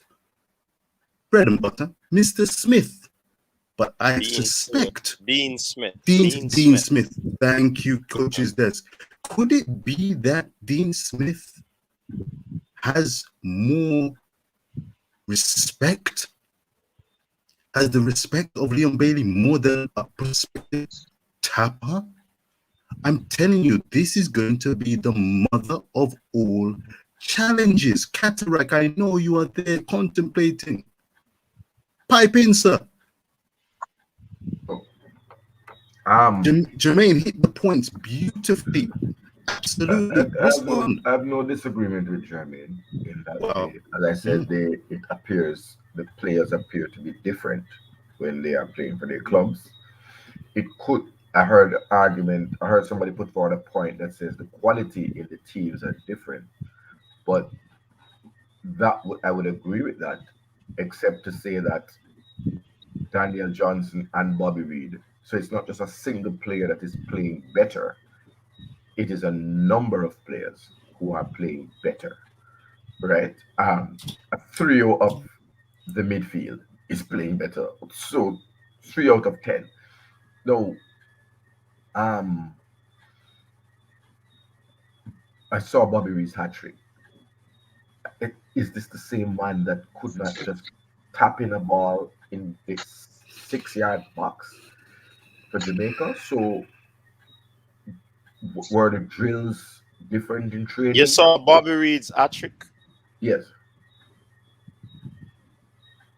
Yeah, I'm stunned. I'm stunned that Bobby Reid scored a hat trick compared to what he did in the goal. Am I correct? Are you sure? No, man. It wasn't that hat trick. Hat trick of assist. Oh, yes. Sorry, coach. Take it easy, Cataract. I know you've got some problems with maths. I think yesterday I listened to a show you were on yesterday. Be careful with your numbers. You claimed that 220 seconds equated to 2.5 minutes yesterday.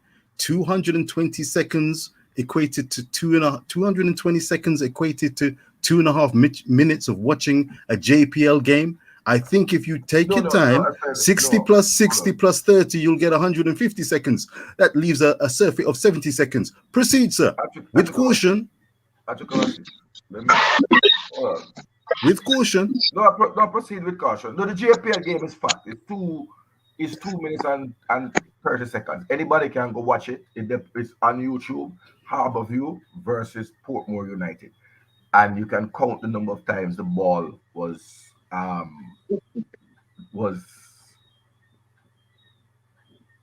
given away. But DJ scored. Let's go again. Ethan Pinnock had a monster game against Arsenal. He looked ordinary in the first game when he played for Jamaica. Right? And there's one other player. Well, Leon Moore scored last week, right? Even Tony had a good game. Even Tony had a solid game. But I read about Ivan Tony. I said the Reds know some analysis of what people said. 'Cause we were getting on top of Ivan Toney, but Ivan Toney's um the analysts and the newspapers in England today said that he dominated Ben White in terms of winning aerial duels. They Right? did. They did. Most And of the defense but I dominated. remember yesterday I said to you that I had to play out, so I didn't watch. I watched only the first 20 minutes or 50 minutes of the Arsenal game. I didn't watch the full game. It's not my side, no need to.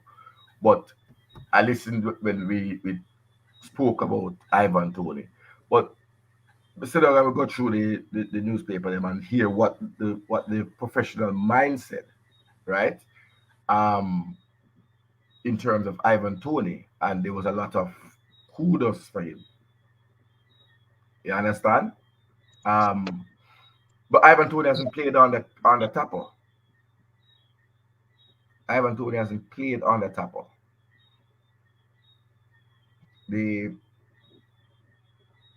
the other players like Pinnock, Moore, Bobby Reid, Leon Bailey, Daniel Johnson, who is playing in his natural position as a more attack-minded midfielder. Right? I'll clear up the thing because when you misspeak, you have to say it. The E on Sportsmax in Jamaica carry the EFL highlight show, right? So that me watch the EFL highlight show. They carry it for Championship League One and League Two. So that anybody that Jamaica knows that deposit. So they have just sit up that the whole game is sit down and watch. Come and watch Leeds game today. Obviously, with distress, but taking Anthony Grant Swindon lose 2-1. There, but there's a EFL English Football League highlight show that come on Sportsmark that package. But sure, coach, you watch that too. That package the football league games because in the football league there are more games than to be able to sit down and watch them all at once. So EFL package thing. So I get my bearings, right? But kind of shell shock still, right? But it's the hat trick of assist. But that's not the point, though. The main point is that the play, when you watch the highlights, the play of some of the players there, and you didn't watch highlights because I watched the Aston Villa match because I wanted to see Leon Bailey and what he did and how he performed. And he came on. He was not falling to the ground every minute like he was when he was playing for Jamaica. Leon Bailey had a very good set of minutes. I don't know if Jeremy agree. I don't know if you agree. It was a very tidy performance that was capped off with an assist. And if you score or you have an assist on your debut, you have to take your hat off to the player because there would be nervousness. He's not playing in a team, and the first time he ever played with those players, right? And he stepped up and gave a very good account of himself, right? I'm not going to hit Coach Whitmore too hard about Ravel, even though Derby lost today. Didn't watch the game, but again, the highlights were there. 2-1. Right? They lost 2-1, but the highlights were there. But again, Ravel does seem to be a different step up another level. But I'm not going to hold Coach Whitmore on that because maybe it is the level of fitness is up. I don't know whether German agree that the Ravel level of fitness, and maybe as his level of fitness get better, he will do better for Jamaica. You understand? But overall, for this weekend, the Jamaican players have really stepped up their game.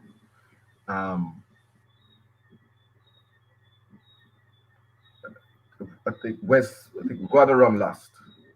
I can't remember all of them, but I think Rotherham won, where West Harding is. Because we do have to look at the right back position and the CDM position and the striker. So, did they lose or was it a draw? it's a loser, though. Rotherham. Like I said, I don't have that one stuck in my mind because I want to watch that game. Try and find it on YouTube because I want to watch and see how. No. Amari Bell's team got beat. Luton Town lost. Luton Town lost today. I'll check on Rotherham. I didn't quite catch the Rotherham one. But Amari Bell's team lost today. Um, I think the score might have been 3-2. That can be Googled, but they lost. So we have to keep an eye on them. But even Amari Bell in the last week looked like a totally different player than when he was playing for Jamaica. So there's just examples are there. You know, German or you see.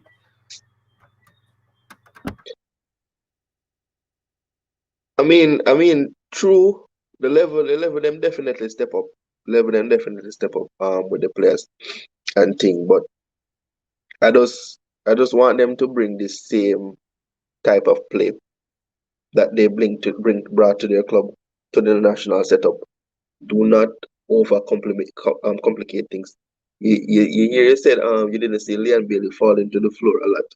He didn't put himself into predicament to fall to the floor or to get bombarded or tackled roughly today. You get me? No one was close. He didn't let no one get close to him today. You get me? He didn't chase the game any at all. He was just like the national setup for a period of time. He wasn't getting the ball. But if he's not getting the ball in the setup, he would have dropped deep, tried to take the ball from deep, and beat a couple of players drew from the half line before he lay off the ball. He didn't do that today. You get me? He stayed wide because the ball will always reach him. Stay wide and wait until he get this opportunity to do his job. You get me? Take the same mentality to the national setup and don't overwork yourself. The simple things always count. You get me? That's all you need to do get around. You get me? And it will go boil back down to Tapa again anytime we free up your hands. You get me? Free up your hands so that he can focus on the team alone. So say for instance, a Bailey taking the ball from half line and dribbling and losing the ball and all of that. You get me? And he's solely focused on his team. He has all the players that he need. He should take charge of his squad and pull him if he needs to get pulled, if he's not playing to instruction and all of that. You see me? So until them free up him hands and let him be a coach and a coach only, we'll get some of them things. But then just need to bring the simple stuff them to the national setup, man. Jermaine, I just saw a comment. Coaches Desk, you put on an interesting comment there where someone suggested that there's a quote unquote a Jamaican style, and then there's a professional style. Strong words. Strong words. Would you agree, Jermaine? That's true. A lot of us view football in a different standpoint, and what the type of football that I would like, some people probably wouldn't like it also. So everybody are gonna have their own comment on the situation. For me, this is just my opinion. You get me? I think especially Billy, when he plays a simple game, a way better game. It doesn't have to do all the flair for me to respect him.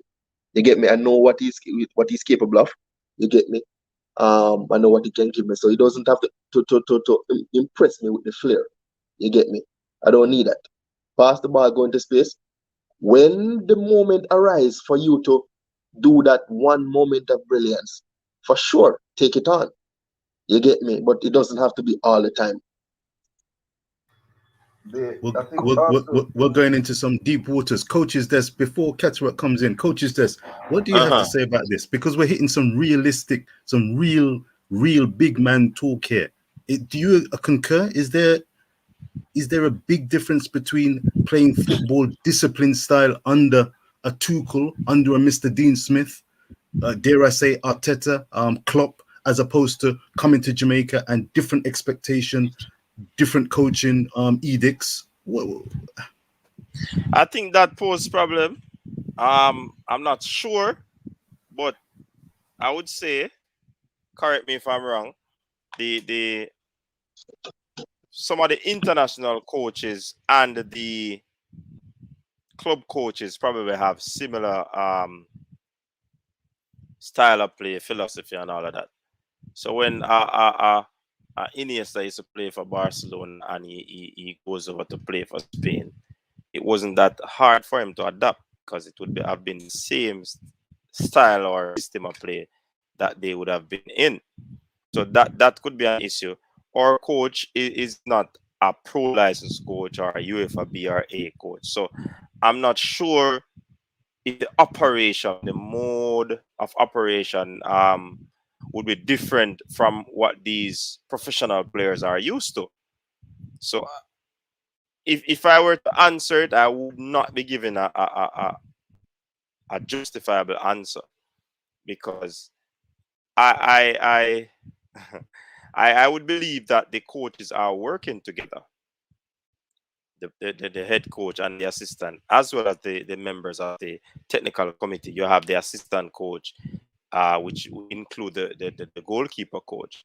So, I mean, they would be working together. They would be probably bouncing ideas off each other because I work in assistant coach role as well. And I know that if you have a good leader, that person will try to um, put some ideas or try to get your feedback on a particular idea, just to see where you are, especially in terms of giving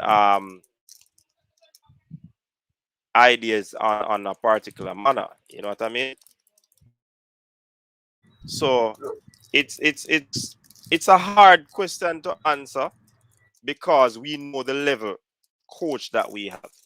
To say that some are playing a defensive and one is playing attacking, I still don't know. We have not seen anything really from Paul Hall to date in terms of him being a coach of senior players to know what is his style of play and all of that. We learned that he likes attacking play, but I mean, can he override the I mean the head coach? I don't know. It's a difficult question to answer. An assistant coach can't override a head coach. The head Yeah, I coach is know still that the he head can. coach, right? So you have to be fair to Paul out. Look,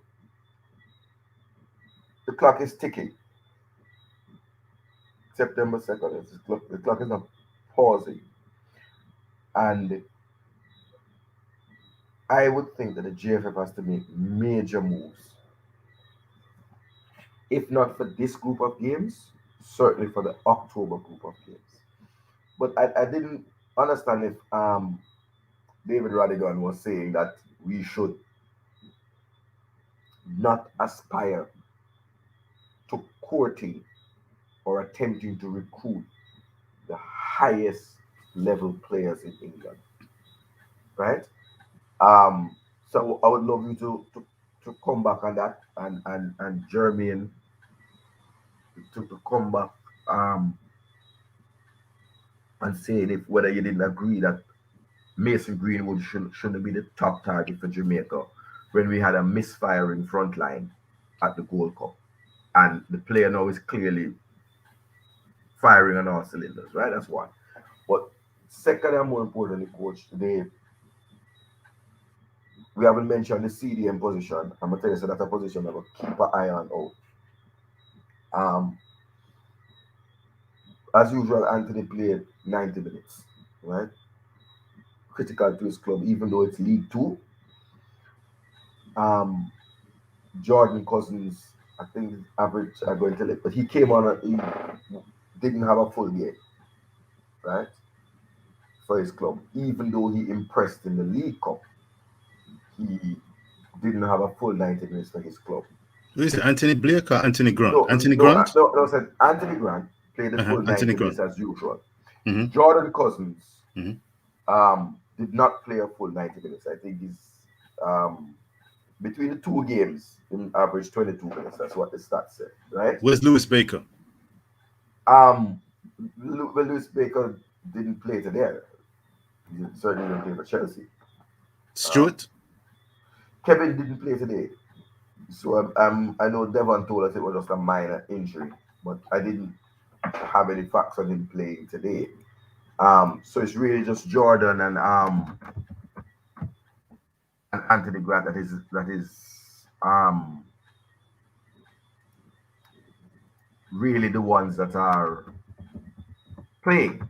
And we have always said that we advocate for players who are playing for their clubs, right? So he hasn't he hasn't started a game yet, Kevin. Would you like a? Do you drink tea? Do you do you want something hot to drink, or you want something soft? You want some syrup or some Are you asking coach's me? desk? No man can't pour my drink, brother. What you have to do with it? You offer me a cuppa, mate. You offer me a cuppa. Well, I didn't know. I tell you, I drink Earl Grey. you look like you Earl Grey. No. Listen, I say it in the comment. A bit shell shock. You understand? You're more than a bit shell shocked. I tell you and that I was- that red I over you was- is looking ominous. I'm telling you, coach's desk, that shirt is looking ominous. It's so ironic. I mean, and you're resplendent in what looks like a white Leeds t-shirt. Yes, man, That 5-1, it's hanging over everyone here, man. I mean, it rough because they are, of course, the scum of the earth, and to lose, I have to go wait about 6 months now before we can even get back a chance at them. You know, we take these things to heart. Oh, listen, we love football. We're die-hard fan, you know. When it's Reggae Boyz, I leave it die-hard, so we don't take it easy, right? But I did pick up myself to watch Liam Bailey, and I'm glad I did, right? Only highlights of the Derby County game. I never saw the Ravel and what he said. I haven't checked up on the whole stats about Ravel and Derby. I know they weren't successful today. But sometimes even a loss, a player can play well because remember the team depends on the level. of course. You know. But I think the JFF coach would know. I don't know if we can say coach, but we as the YouTubers, we indicated to the JFF as a collective some of the players who are eligible and some who we think that we would like to see them pursue, show some ambition. You know, it's a whole heap of time. It's some ugly man I walk with some beauty queen. And all that man they get that girl in. So I think that Mason Beadle is that gem. Lewis Baker is that gem. And I'm saying clearly, don't care how I rate Anthony, right? Rate him. But if Lewis Baker is ready for Jamaica, him take charge of the CDM position. Because levels to this thing, right? Levels to the thing. If Isaac Hayden, I want to see how Isaac comes back because a broken leg and playing in that sort of combative style is not the same like breaking a leg and coming back as a attack creative player. You know, you have to. Will you be tentative to go into those 50-50 challenges that he used to? You know. Yeah. So Eastmean saying that they lost the game and the 83rd minute, 2 goals in 11 minutes, stoppage time. Okay. But I'll have to see that. I just saw the highlights. I mean the EFL highlight show. Well, Cataract, I'm gonna attempt to answer the question that you raised, which is, do you think that the Jamaican Football Federation and Jamaican football in general should aspire to courting and bringing on board the creme de la creme of Jamaican talent? Yes, why not? Hold on there, Richard. Yes, sir. Not the Congo's Jamaica's progress going forward will have more to do with the quality of the squad and less with the coaching philosophy. I think this is a similar comment I have made earlier, where I said that once the quality players are there, then the chemistry is going to be placed out the window. Yeah. And in terms of the coach losing his job now, I don't believe that it is one of the best time now to fire him. But I can also understand the arguments on the other side that they are saying that he should go. But that's my opinion. You understand? So I don't want persons to misinterpret or misrepresent coach's desk. Yeah? Because I speak as it is, and I think I'm a very, very reasonable individual. And say Natty Congo come prove it there right there. Man said, now I have nothing to do with the coaching, it have to do with the quality players that we get. So once the quality players are there, the individuality and the individual brilliance will assist us in progressing and going forward. No, Natty Congo, whether it's your name or not, I love that name, Natty Congo, blessed. Look here, you've hit another nail on the head of this big man conversation tonight. Watch out. I told you, and I suggested in the strongest of terms, that Jamaican fans would demand and be entitled to a refund. A refund based on goods sold, I'm not going to say illegally, but the banner under which you claimed we should jump on board because this train is heading to La La Land. It's coming home. It was a pack of tiddlywinks. A pack of tiddly. That Gold Cup campaign. Listen to me now. Listen to me. That Gold Cup campaign, I was told, we were told that America, cannon fodder, will take care of them. Bring on Costa Rica, no problem. Mexico, no problemos. We're going to lift this Gold Cup. What did we get? Was the standard, was the quality of that squad, the one that Natty Congo's talking about? Is that the quality of squad that we're saying overrides the quality of the coach? Tiddlywinks, I say. Tiddlywinks. A joke thing, that's a. But coach, I have to agree with you. You can't fire. I am not in support of firing Coach Victor. At this juncture, I think it would be ludicrous. And it would create. I don't know, man. I want to love, man. Reid Alba, me have to put out that comment there. Look, I don't know why you put hilarious. That comment there. Love, man. No, man. Think it hilarious, man. We just have a laugh at it. Like Coach, you love with motor. But like, the whole team cranking the double name man them out. Owen Woodwood man. The whole team cranking and coming in double name. But German is a getaway robbery. I wait for drive for Mr. German mask up like.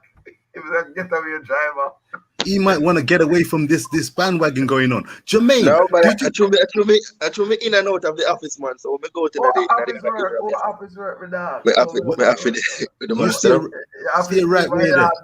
Stay right where you are, Jermaine. No, but I want to say something. Hold on, people. We have a caller online. Jairus on the line. Jairus, go ahead. Yeah, good night, gentlemen. Big up everybody in the chat. Big up everybody on the panel. Yeah. About it, boy. Me not really have nothing against him, personally. Right? What me just not believe say him the coach to take it to the World Cup. That's just me. Everybody say, on have a way to defend him. Say, he never have the best players, right? But if you could remember correctly, in 2013, right? Mm-hmm. At the time, McAnuff and McCleary and others came in the team. Yeah. Theo Robinson and others came into the team, right? Mm-hmm. The mistake he made at that time was he did not bring over players from the squad that helped to catapult us to the X, right? Mm-hmm. Why him just pushing some new man, right? Take the best new man them and the best man them from the old squad like Jeremy and you, the playmaker, and make and create a good squad, right? It come like there was no thought there, right? As it pertains to him record now, me take a look at it myself, right? Most of the team them want beat are some little team, but him have some good results, like the result against USA, which when you put in context, it's not that great because the two goals that were scored against US were two dead balls. One from Rodolph Pastina and one from Luton Shelton. Mm-hmm. So we did not beat them in open play. But winning a football game, I will still give him that because it's the first time we beat West. Yeah, but winning a football game does not mean it has to come in open play. Persons win final and win it on penalties. No, I'm not saying it matters, you know. I'm not saying it matters, you know. I'm just finding out that. I'm just finding out that fact, right? I'll give him the next thing against USA too, the one where Shaman has scored. I'll give him that one. And the result in mixed up. Which surprised everyone because the team just come together, and if we did have a better striker, we could have won that game. Right? So he has some results. But overall, the way you guys defend him, it is not that great. The other thing I don't hear anybody mention. What do you mean by how we defend him? I'm going to finish a point here. Okay, coach. I want to forget to take that part. Do you guys remember that in 2013 we went to the Caribbean Cup and we didn't win a game? Who remembers that? As a result, we didn't qualify for the Gold Cup. Yeah, man, we're listening. Who remembers that? Also, people have to work about his Gold Cup achievements. Some people even misremember and say that he went to 2 Gold Cup finals. As it stands right now, top of Gold Cup results are diminishing returns. He went to 1 final, 1 semi-final, and 1 quarter-final. In that order. And he was not the first man to go to the final. Winfred Schaefer was the first man to go to a World Cup final. And his run was way more convincing because in Tapper's run, for the most part, it was Andre Blake who saved us in most games. Right? I'm not going to be that guy and say Winfred Schaefer had a better record because he does not. Tapper has a superior record to him by far.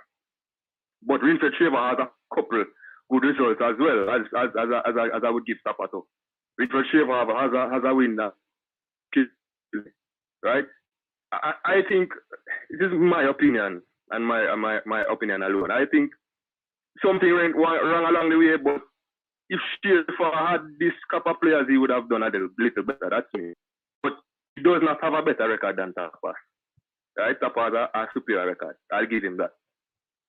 But my thing with Tapper, he just seems confused more, isn't it? He just look, it's like he don't know, it's like when I change to making the game to put like a spark in it, or when we go behind, the boss just look, it's like, you know, like, we have to talk about that, you know, and I like say we have bash him and I say, yo, you know what, we like comment section, we make joke, you know, yeah. You have to spice up the things a bit sometime, you know. But on a serious note, we have to question your comment. Right? Yeah. We have to really, you know. But I want you to tell us now, where on this show we the panelists defend Tapper, because when the team now when through the Gold Cup, people are telling we say cataract, we need to go easy upon the man. Because when we are talking the changes them not make properly and the timing of the changes and all of them things there, we are beat and teach, but we try to do it in a manner where we don't slander the man and call him certain names and all of these things. Because coaching them want an easy job, you know. Yeah, man, we get that. And me understand that, you know. But when Tapper go around, we talk about it. It's not like so we don't talk about it on this show. We do talk about it. We try to no, man, you're still on so one way. It's like, but you have respect. Them still are saying the same thing what we have said years ago. Like, them have to get up for a chance. Yeah. Like them have to, we have to criticize me too hard because I'm never have the best players. Tapper had a good cup of in 2013 and where did it go? One thing I have to understand, you see, if a panelist follow with upon the panel, we don't share the same opinion. People in the comment section, no, we don't say that, man. Don't share the same opinion. No, say that, man. Right, so if a man say give it Tapper a chance, I mean his opinion that not necessarily means say right, you know, because it's opinion. Yeah, I true that still. You see me I say? So when a man share an opinion and next man not agree with it, we tend to bash the person who share a different opinion than we. And I'm not so for reason. So no, man, that's not me, man. That's not me. But there are certain things about Tapper we have to talk about. right? Jairus. There are certain little inconsistencies today. But today, me say no, even hold on, the Jairus. Even tonight, me say no, Tapa is not the best coach. I said that, but him have a formidable record because he's a pragmatic type of individual. We get result, and no matter who we get it against, it's still the result. So me not understand the argument. Me think it matter in a sense. Me get what you're saying, but me think it matter in a sense. Because you have to put if you put stats together, you know, if you put stats together, you know, Jairus, we still don't reach a level. We still don't reach a level where we still don't reach a level where we can confidently go in our game and say, all right, you're gonna beat USA. I may agree with that. You're gonna beat Costa Rica. Me agree with that. Yes, we have coach them, but we have beat them before, but we still can't go in our game confidently, 100% and say, yo, we are gonna beat them. We're going to qualify as a come up right now. We can't go in confidently say we are going to beat them. But we don't know what we're going to do. That is true. Plus, what me say about the thing, the man of the team for a number of years, several years, I have not seen a football identity. Me see that's another point. So me talk about them something we don't see them thing they're bridging. So look like people have selective hearing. No, me not beat you specifically, man. You talk about them things, man. Another thing about beat him for, right? Alright. Well, before the you know have certain players, right? And we know JFF for going with them tiddlywinks, as Richard had put it. But top of the coach, him have to speak up for what I want. And him can't just till now to say, yo, this not in a place and that not in a place. When he first come in, him should speak up and look for what I want. Him can look to, you know, then I say if every to jump and play and gone over England or gone over wherever. No, coach. Him can got somebody around the research team. You will have point to other coach. Him can get in dialogue with himself. What Tapa did when she hold on, somebody want interject there, so go ahead. Jermaine first that try to say something. I have something to say. Beat the man, so. All right, Jairus. I am of the point also that Tapa is not the world best coach. But then again, if you want to be fair for this World Cup, Zine, each game that we lost, we arrived in the box. We got clear-cut chances to put away the games with these type of the setup that we have, and we did not do it. Can the coach go out on the park and put the chance in the back of the net for us? No, they can't. No, he can't. You get me? I say so. So until these players put away the clear-cut chances that we have to beat them too. So we are beat Tapa and we are beat the player them also. You know. You get me? I say, but until these guys, even if it wasn't Tapa coach the team this World Cup. Right, but hold on. That's another issue. Well, yeah, true. So even if it was a different coach, the thing with the chance them in our first game. The man still start the man in the next game. You know, say start the next man and then they do the same. Him bring on Boza to switch. Boza can do better. Him start him and got him on the field to hold on again in the next game. And them things that Tapa do. Hold on, that's the question. Go ahead, Katara. Coach. But I don't even think Jermaine did finish. So you finished, Jermaine? Yeah, me I say even if it was a different coach, Zine, and we arrive and getting these chances that we're not putting them away, we're gonna end up coming out of the competition anyways. You get me? So I don't think I'm not solely saying it was a coaching issue that let us fall out of this competition. We got the chances to move on the competition, and we did not take our chances as players. Clear cut chances. You get me? So we have to dish out. We have to dish out equal punishment or equal opinions on these things. Tapa and the players. You get me? Yeah. More so the players for me this time because we get the chances. And he could put no problem with that. Put the ball. My thing is. All right, big up Qatar. Go on, Qatar. My thing was a point to order thing. The beating did too much because a coach cannot go out there and play. No, we have to be factual. Tapa started Shamar in the first 2 games. He started Andre Gray against Costa Rica, and he started Corey Burke against the USA. So it's not like he was stubborn here, right?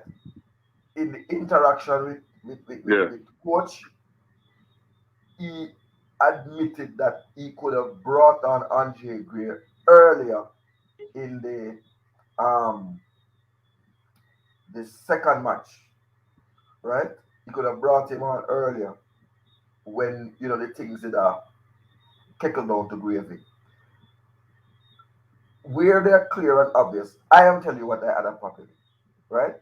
The decision for me in the tournament, the decision not to bring on Gray and allow Gray to get a run with Corey Burke against the USA and making a double substitution and bringing on Boza and Gray, I think was fatal because I think I think Gray and Burke, I think Gray would have put away the chances that Burke gave, eked out, I'm going to use the word, right?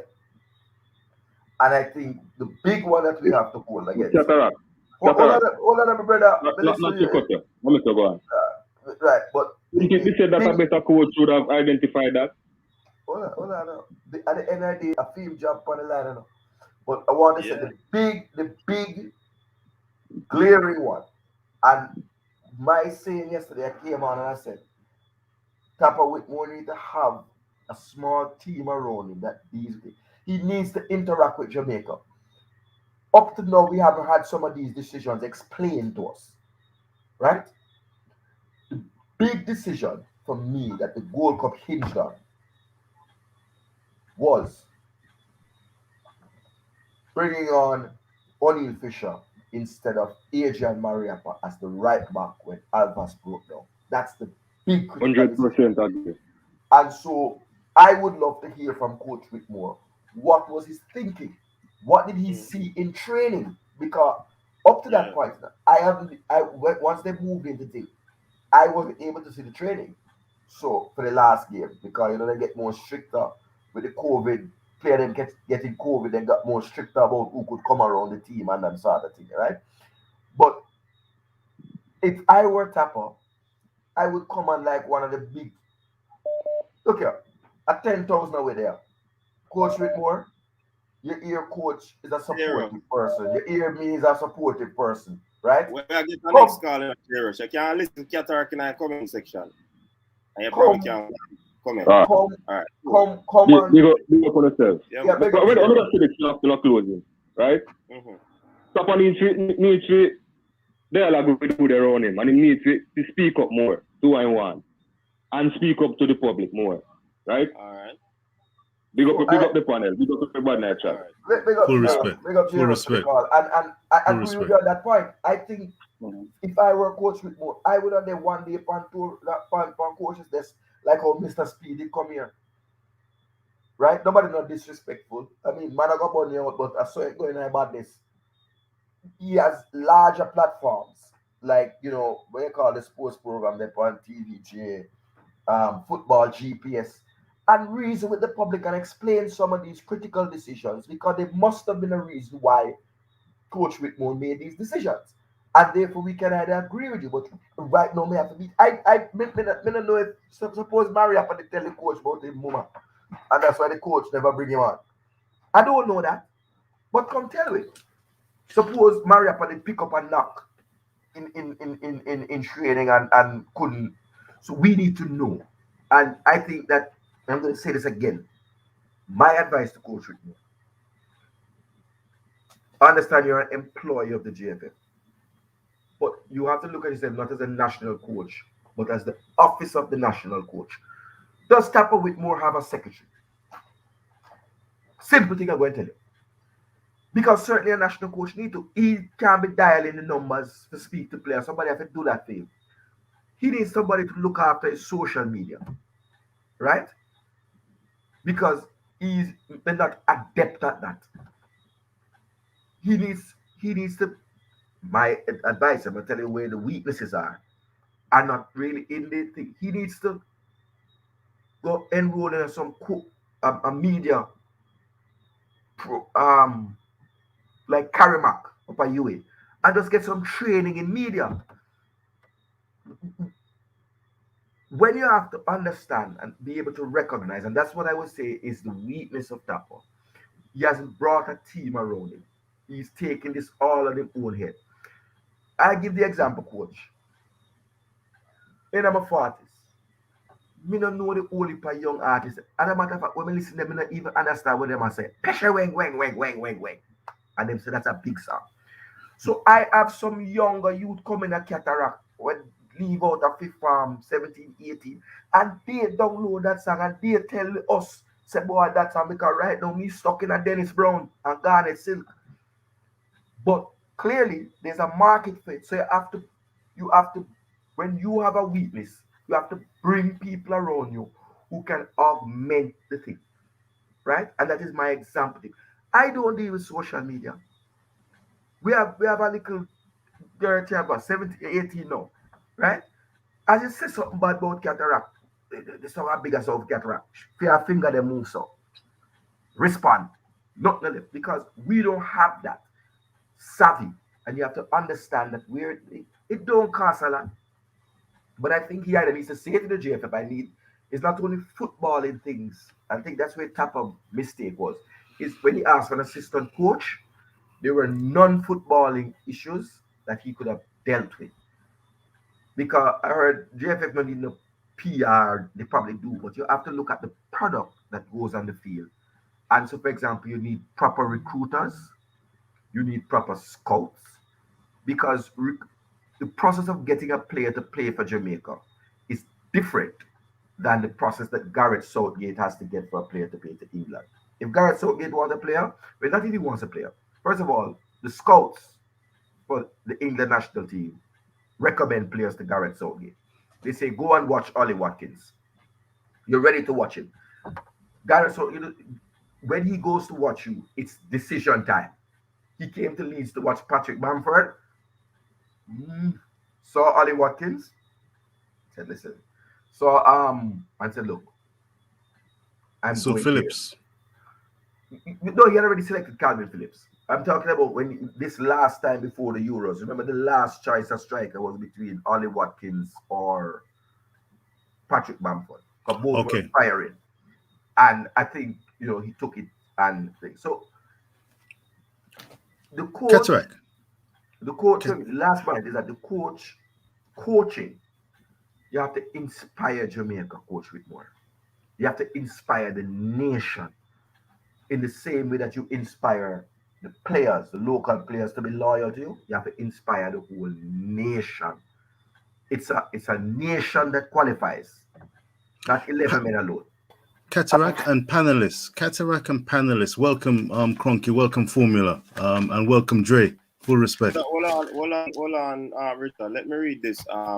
Go ahead. So, big up yourself, Jeremy. And Jeremy, I can call back here. He said that the performance will always reflect the coaching. Yeah, man, we know that. When our team win, who get the big up? The players.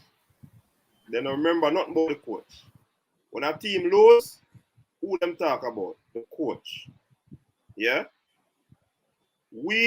I believe that we have a coaching issue in the country. No doubt about that. I say no more. Go ahead, Richard. Thank you, coaches. There's 2 quick points, and there's going to be a third point down the line, but 2 quick points just to piggyback on what Cataract was saying. A panelist, who, in your opinion, has been Jamaica's best coach? Is there any role model that you can point to say that's the way to do it, and this kind of package, this kind of PR, this kind of coach and leadership will attract the likes of Mason Greenwood and Emile and Holgate and so on and so forth? Secondly, I stand once again stunned, and I'd like some insight from you guys as to the media in Jamaica or the Caribbean in terms of their relationship with the JFF. How much access? How many questions? How candid are the questions? Gareth Southgate is always been interviewed. We know where he's coming from. He needs to stand on what he believes and his decision making. He gets criticized. He needs to take it on the chin. I'm really surprised, and I'd like real insight into what kind of spotlight the Jamaican media, TVJ, CVM, sports stations, what kind of spotlight do they put on a coach such as Tapper to give account and to be transparent and to take on board everything that the likes of ourselves are saying? Go ahead. I'm intrigued.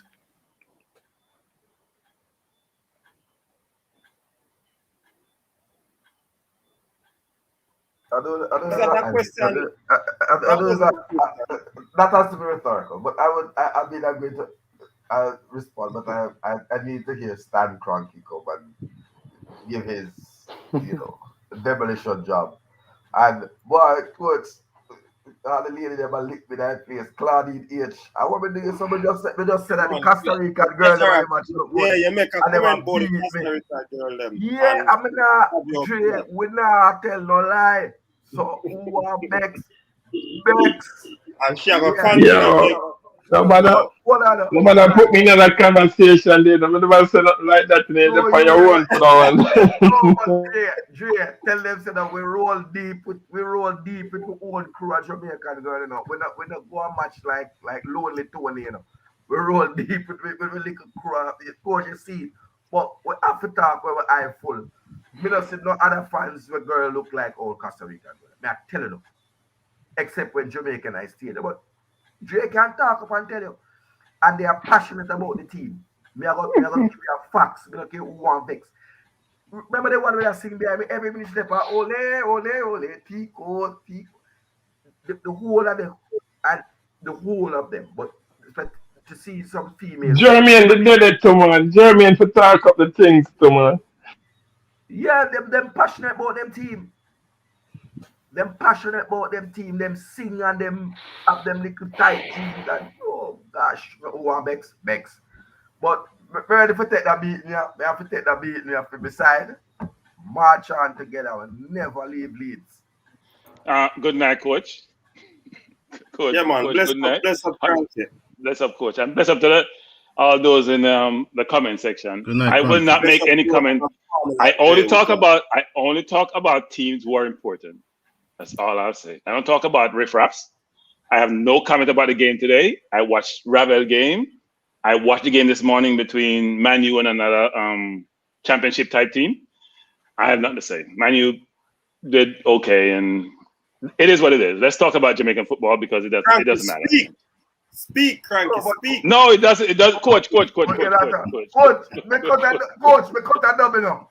Come on, tell you say. Me and you have the same number. I gave you 2 hours. Same number of points. I gave you 2 hours. It's my time. I gave you 2 hours. You got your 2 hours. I'm not gonna give you a hard time, Cataract. I have more class than that. I have much more class. I'm not gonna give you a hard time. All I'm gonna say is change your coach. Change your coach. In Bielsa we trust. You are still my neighbor in the table, brother. When they don't have bottom of the table. Coach. Neighbor. No, it's my time. It's my coach. I was watching the game today, coach. And halftime, I think the score about 1-1. I went to get some water, coach. I went to get some water. Stayed a little bit longer than normally did. I came back. It was 4-1, coach. I don't know what happened. So I turned my TV off and turned it back on because it must have been a mistake. Maybe it was a past game. Because we had the same situation last year. And the man keeps saying, we're in the 2021 season. I'm sitting there saying something wrong. And man, commentator know what I talk about. But I realized, Cataract, that you live in the past just like your team does.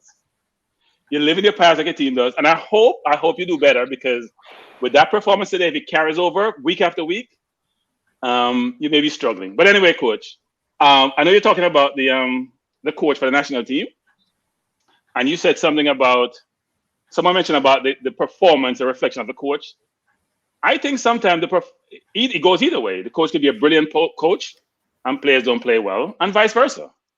You could have a poor coach, but you have so much quality. And what I saw from the Jamaica team in Orlando and the game that was played in Texas we don't have the right quality. When you have the quality, you can judge a coach. You can't give me poor tools to go to the job. Sorry, jumping. It is said though that the coach pick his team. Coach, Ketara keeps saying that Gray would have put away the chances. Coach, I wasn't too far from Gray when he missed the first one. Coach, you could have scored, coach. Me have confidence in you. You could score it right now. In fact, coach, if me have 1 foot, me can't score that goal then. The man panic. In panicking at the box and pass the ball to the keeper. Gray missed a couple of chances. Yeah, and the second one, coach, the second one in the big foul, Ketara said, in first touch was poor when he hit the bar, was his on target. We're not in on target business, we're in the scoring business. Right? If you don't put the ball in the net, then you can't win Cataract. So this thing about I'm not supporting anyone who doesn't produce. I can't do it. But cranky again. It as some people always say, it boils down to the coach again, you know. Because coach. Hold on. If you play games, the first game you foul them now score, persons are gonna say, what did the coach do in the training session? And person still might say, what can you do in a field training sessions? So there's always gonna be some antagonistic sort of conversation when it comes on to coaching and players and all works. At the end of the day, boils on to opinion. Coach, the man for 9 days. The man play ball all year round. He play ball all them life. And the coach will teach them in 9 days to put the ball in the net. And then play professional football, playing forward for their teams. We have Philadelphia or in Belgium and the UK. And them what's the coach how is he gonna change what the other coaches been teaching? I agree with that today, Frankie. Here why I don't agree with that. A coach can tell a player who used to play a particular way to try it this way. And he has been doing it for many years. And just because him going to Pep Guardiola and him start doing that particular way where Pep Guardiola tell him. And him become an efficient footballer. Thomas Tuchel have the same team where Frank Lampard did have. And him work magic with the team. Yeah, and I think sometimes the coach can effect change in the ball once they are receptive and once they would be able to adapt to what I don't think a coach can, unless you're a psychologist or psychiatrist, can when you're in front of goal and you get anxious, because that's what normally happens, you know. If you have composure in front of goal, these are forwards been playing all their life. They play for different teams, they have different coaches. So to me, all those coaches are not good. All those coaches they've had all their lives, because these are grown men. Gray's been playing, he's in our 30s, have all some of the best English coaches. He has Spanish coach, English coach. Those coaches you're saying haven't set him up to be able to put the ball, and then the coach can't make a touch the ball the right way. I'm not saying that. I will never say that. But coaching comes along with your philosophy, Frankie. How you disseminate the information to the player. Yeah, coach. But there are certain things that coach. Let me just make one last point for me, which is this: the coach can't make you caress the ball the right way, put down in the net. He can't show you how to do it. He can't do it for you. That's what happened to Gray on the second ball he got on the other end. He miscontrolled the ball. He panicked and he shot and hit the upright. If he had controlled the ball the right way, the whole right side was all open. So they can't be on top of that. Look, every coach, even Alex Ferguson, get questions about changes, timing of changes, who they pick, where they pick. Every coach, no matter how good they are, Klopp does it. True. And we all have our own opinion, like you said before to the previous caller. We all have our own perspective, our own opinion. And Tapa is subject to scrutiny just like everybody else. But I'll say this: I will judge Tapa when I think he has gotten the players in all the key positions, not in most of the key positions, to allow us to compete. Let me say this again: 36% possession against the US CRB team tells me where we are. Tells me we can't keep the ball. We can't put our opponents under pressure. It wasn't counter-attacking football we were playing. I don't know what we were doing. That wasn't a philosophical situation.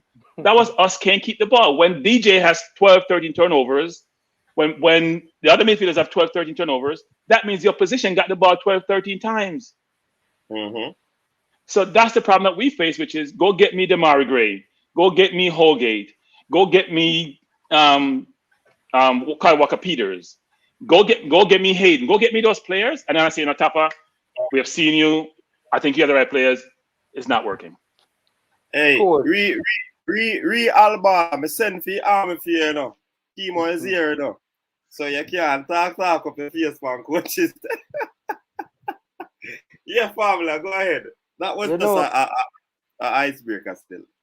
You know why I can't agree with you on that particular point, coach. A national team does not have the luxury that a club team coach has. A national team coach does not have the luxury of time that a club team coach will have with his respective players. So I don't necessarily agree with that analogy, because Pep Guardiola would have had time to work with a Raheem Sterling, for instance, to improve his finishing. Tapa Whitmore don't have that luxury. Hey, well, I can understand what you're saying, but in the nick of a time, a coach can tell a boss, don't do it that way. Once he's receptive and him changing focus, of course changes can be effected. Yeah, tell me some man. I think most time, but coach, I think most time for national teams. So what I'm talking about, that's what we prove. You just get coach, a team and you see a player play a particular way, you switch him up and you get result right away. Yeah, but coach, I mean, when you can't finish in a coach, is a technical deficiency in a coach. I mean, Shamar Nicholson has a technical deficiency where finishing is concerned. Because of form.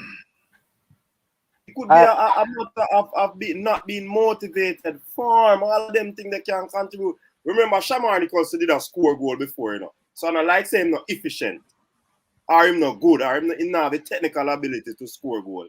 The man always in a position, something not going other than that.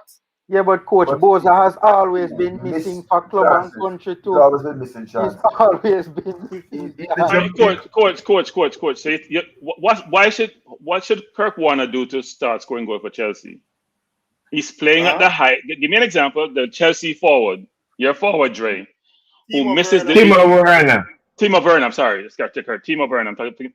What Timo Werner need to do is score a goal. Explain to me what we do as a coach, because Tuchel's not doing it right. Lampard couldn't do it right. No one can seem to do it right. So if the coaching is such an imperative and can change the person in a certain way, what does Tuchel need to do to make him score goals? We don't need a pro-license coach then. We don't need a pro-license coach. No, but coach, answer the question, coach. You can't answer the question. Answer the question. What's the question? Timo Werner can't score if he save him life. And he's a big foul. He play for Germany. He's an international player. And he missed chance, me and you can't score. So is that poor coaching he's getting? What's the situation with him? Confidence thing that. But all the coaches must give him confidence, because Tuchel, big coaches tell me win Champions League. I'm coaching that. I'm not think of coaching. Coach Binzi, understand slightly understand what you're saying with you talk about experience, you know. Well, with the players, but as it regards to the finishing, see, I'm not gonna put it down to the coach. Remember, you know, I will mention Pep. Pep tells you clearly, you know, his job is to take you from his 18-yard box into the opposition 18-yard box. Once you're there, it is your job to put the ball in the back of the net. You get me? I say, so even we don't know if when Grady missed in the first game or whatever, Tapa tell him say, oh, you know, so you could have put the ball in the next side of the net. And him still, when him going at the position, him still don't do it, coach. So you see me, we don't know. I understand what you're saying. But boy, them office score. Them just office score. And Jeremy, we're clouding the point, you know. Here's my thing about football. When I lose a game sometimes, I watch how my team plays. And did they really compete? So I know on a long-term basis, over a 30-game season, they can be very, very competitive. And when you're competitive, you can get results. We weren't competitive against the US. We weren't that competitive against some of the other teams. So even though we missed chances against the US, we missed one chance with Bobby Reid. we still didn't play where you walk away comfortable thinking, you know what, we can go beat Mexico, we can beat the US, we can beat all these other teams. You don't walk away feeling confident. So I don't want a one-off situation where I score a goal and I get lucky and I win like we did in the last Gold Cup. Frankly, we made the finals because we weren't dominant. You want to go out there and impose yourself on the other team, and we're not doing that. And that's not Tapa. This is where the refund comes in. That's where the Go ahead, refund Farmer. argument comes in. Go ahead, Farmer.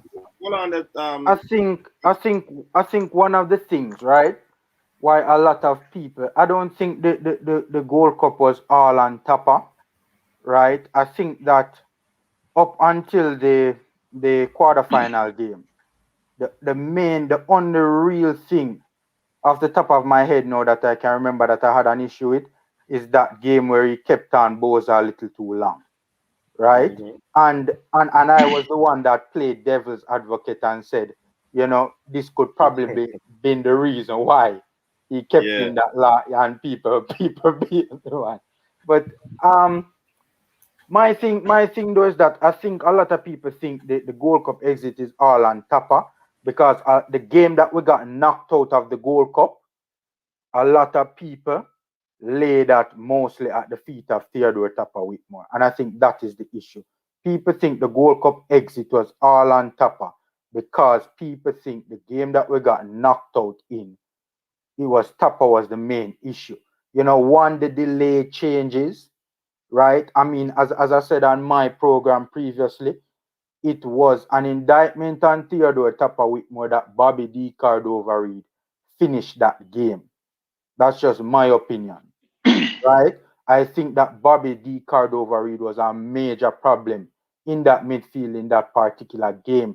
The link, as I've said it a number of times, the linkage in the middle of the park was being affected by Bobby D. Reid's poor performance in that game. And Cranky talk about, you know, Daniel Johnson giving away the ball as many times as he did. Part of the reason why the deeper line midfielders gave away the ball so many times was because of Bobby D. Reid's bad performance. There was too much pressure on the deeper line midfielders, right? They didn't have that outlet. Bobby Reid was not providing that outlet. And my thing is that I don't blame Tapa. Some people blame Tapa for starting D. Reid. Me not gonna really beat Tapa for that, right?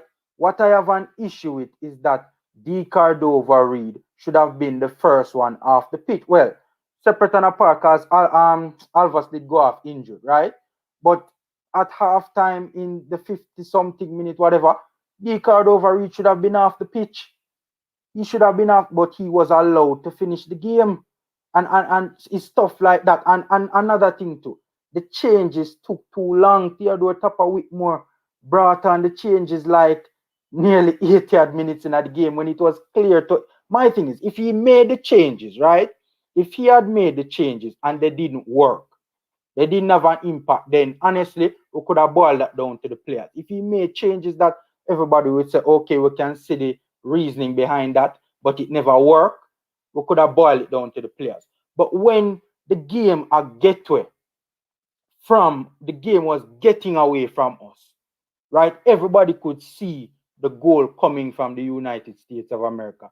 Everybody could see the pressure building to the point where we were about to be in serious problem. And Theodore Tapa Whitmore, because even I was doing a watch along on my channel, and everybody was saying it. We see the goal coming, but Theodore Tapa Whitmore did absolutely nothing he didn't do anything about it.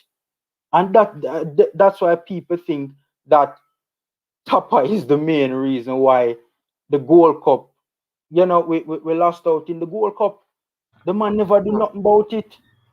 So Formula, Coach, I hope you can redirect it back to today's games and the performance of the various Reggae Boyz instead of rehashing the Gold Cup. But here, as I say this to say,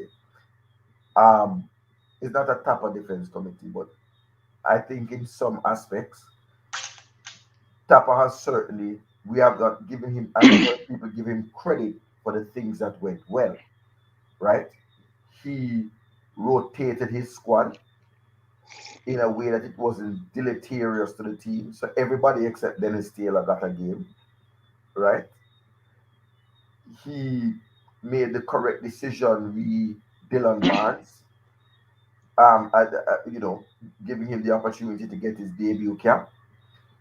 He has assembled, and for whatever reason, there is an excellent chemistry and a defensive partnership, solid defensive partnership forming between Leon Moore and Damian Lowe. But people don't give the coach credit for that. Adrian Mariappa came in the third game against Costa Rica and just slotted in like a well-oiled machine at the back. People don't give him credit for that, right? He didn't destroy Amari Bell's confidence when the Surinamese, clearly a superior player, got the better of him. But I do have to say, because I have to be fair, if you're going to beat the man, you also have to point out where he has got it right. He's not gotten everything wrong. I'm not gonna get everything right. And I think if he could have rewind, he would have bring on Mariappa instead of Fisher, and he would have started great over Boza. And I just that. But I certainly Stan came on, and I would like us to just look at what he said again, because he's been consistent in saying it about the top quality players. And what is the strategy that we can adopt? What is the JFF doing today? What did they do yesterday? What did they do Thursday? What did they do Wednesday, coach? You know the event, post the event that we had, right? What have they done in earnest to make a difference in getting these top players? We haven't even mentioned today, coach. This is why I don't want us to keep taking this in a history class. The Everton game, because Everton won, and Everton is the side of Mason Holgate and Ben Godfrey, right?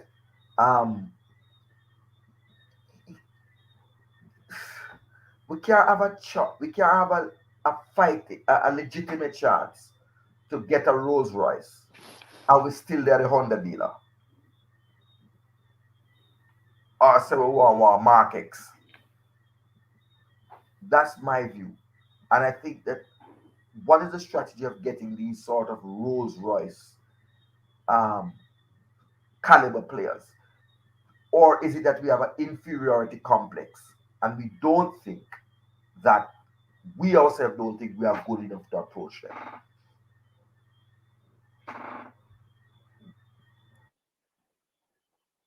I have a question for Formula. Formula, if Reid's name was Leon Bailey, would you advocate the coach removing him who was having a bad game? If Reid's name was Leon Bailey? Yeah, if that was Leon Bailey playing in the Cordova Reid's position in that game, would you have advocated removing Leon Bailey? Yes, I would have. Because we couldn't keep the ball, and the main reason was D Cordova Reid. Yeah, so I was in Orlando watching Leon Bailey play for 1.9 games. He was the worst player on the field in both games. True. No one in the stadium, no one in the comment section of anything advocating being removed from the field. And he was by far the worst player. Like really, really bad. Like to the point of saying, I was advocating, no, I shouldn't say no one. I was in the stadium getting loud and people cursing at me, saying, take him off the field, coach. Take him off of the field. It might hurt the team. No one advocated for it. Who is so better, sometimes we are very biased in our perspective, and we're very. Who is better, Cranky? Who's better than the coach? That's what the coach is saying. By point formula, you're making the point formula. The coach look at his bench and say, you know what? I don't have a better replacement. That's what coaches do. They look at the replacement and says, give what I'm trying to get. I don't have someone better on the bench. Now, a lot of people advocate for McGee. The coach saw him play in the previous game and probably said, you know what? He doesn't give me what Reid gives me. So I'm going to stick with Reid because Reid scored the goal of the tournament in the first game. I may get something out of him that is unexpected. You may shake your head at one formula, but it's a fact. I didn't hear you said one word about Bailey's bad performances in the goal in terms of him being removed. No, him being removed from any game. I never heard you say he should be pulled out of the game. To be fair, though, to be fair, I think that Leon Bailey is a much better player than Bobby Reid. I wouldn't say much, but he's a good midway. He's a good little way better than Bobby Reid, right? But I understand your point. The argument many people, to be fair to you, the argument many people made was that Leon Bailey is the type of player that can produce something at any particular moment, right? The same goes for Jamaica. For Jamaica, the same goes for Bobby though formula. You have to argue the point. No, but you see the difference with Bobby D. Reid's performance in that game against the US. Physically, Bobby D. Reid was done. That's the difference. Physically, he was done in that US game. I mean, he wasn't playing good from the start of the game. To be fair to him, he wasn't playing good from the start of the game. But physically, the guy was done. The guy never really have nothing more to give. So coach, again, we got back to the World Cup review program. No, Kedra, it's not. You hold up. I posed a question to you, Stan. Yeah. You What's the question? totally ignored it. What's the question? And when to answer formula about the history class and the World Cup review, I asked, what is the strategy that, and maybe you don't want to answer it. And go on, because I have something to say after you finish. Go on. Debate. What's the strategy? And maybe it's not to you. What's the strategy for us to get these kind of Rolls Royce players? Or is it that we have an inferiority complex and believe that these players, we are not good enough for these players, for these players to be interested in? Right? So I'll answer the question. The first thing I say, coach, mark this down. We will have no further history lessons while we're doing this program, coach. Remember that, coach. We'll have no further history lessons. What about my green belt, my white belt? What about when I go to Costa Rica games? I want to make sure the history lessons are managed and are put aside. Just make sure that's recorded. Secondly, Cataract, to answer your question, I don't think we should pursue certain players who we know are really just focused on the England national team or on the cusp of the team, i.e. ESR and also Mason Greenwood. They are on the cusp of the team. They're going to play for England at some point. I don't think we should pursue those players. But other players who are in the Premier League, who we know are going to be challenged to get into the team, like a Max Aarons, for example. No matter how well he plays, he has to get through 4 or 5 people. And the main criteria, the main thing you can do to get these players is performance. You have to show you have a competitive team that can compete on the world stage. Because that's what they're used to. And if you don't have that team, why am I going to come join you? I made the analogy yesterday with the Cayman Islands. Would I go play for the Cayman Islands versus Jamaica? When I know Jamaica is much more competitive, is much more prominent? No, I wouldn't do that. No matter how much I'm affiliated with the Cayman Islands, I love the Cayman Islands.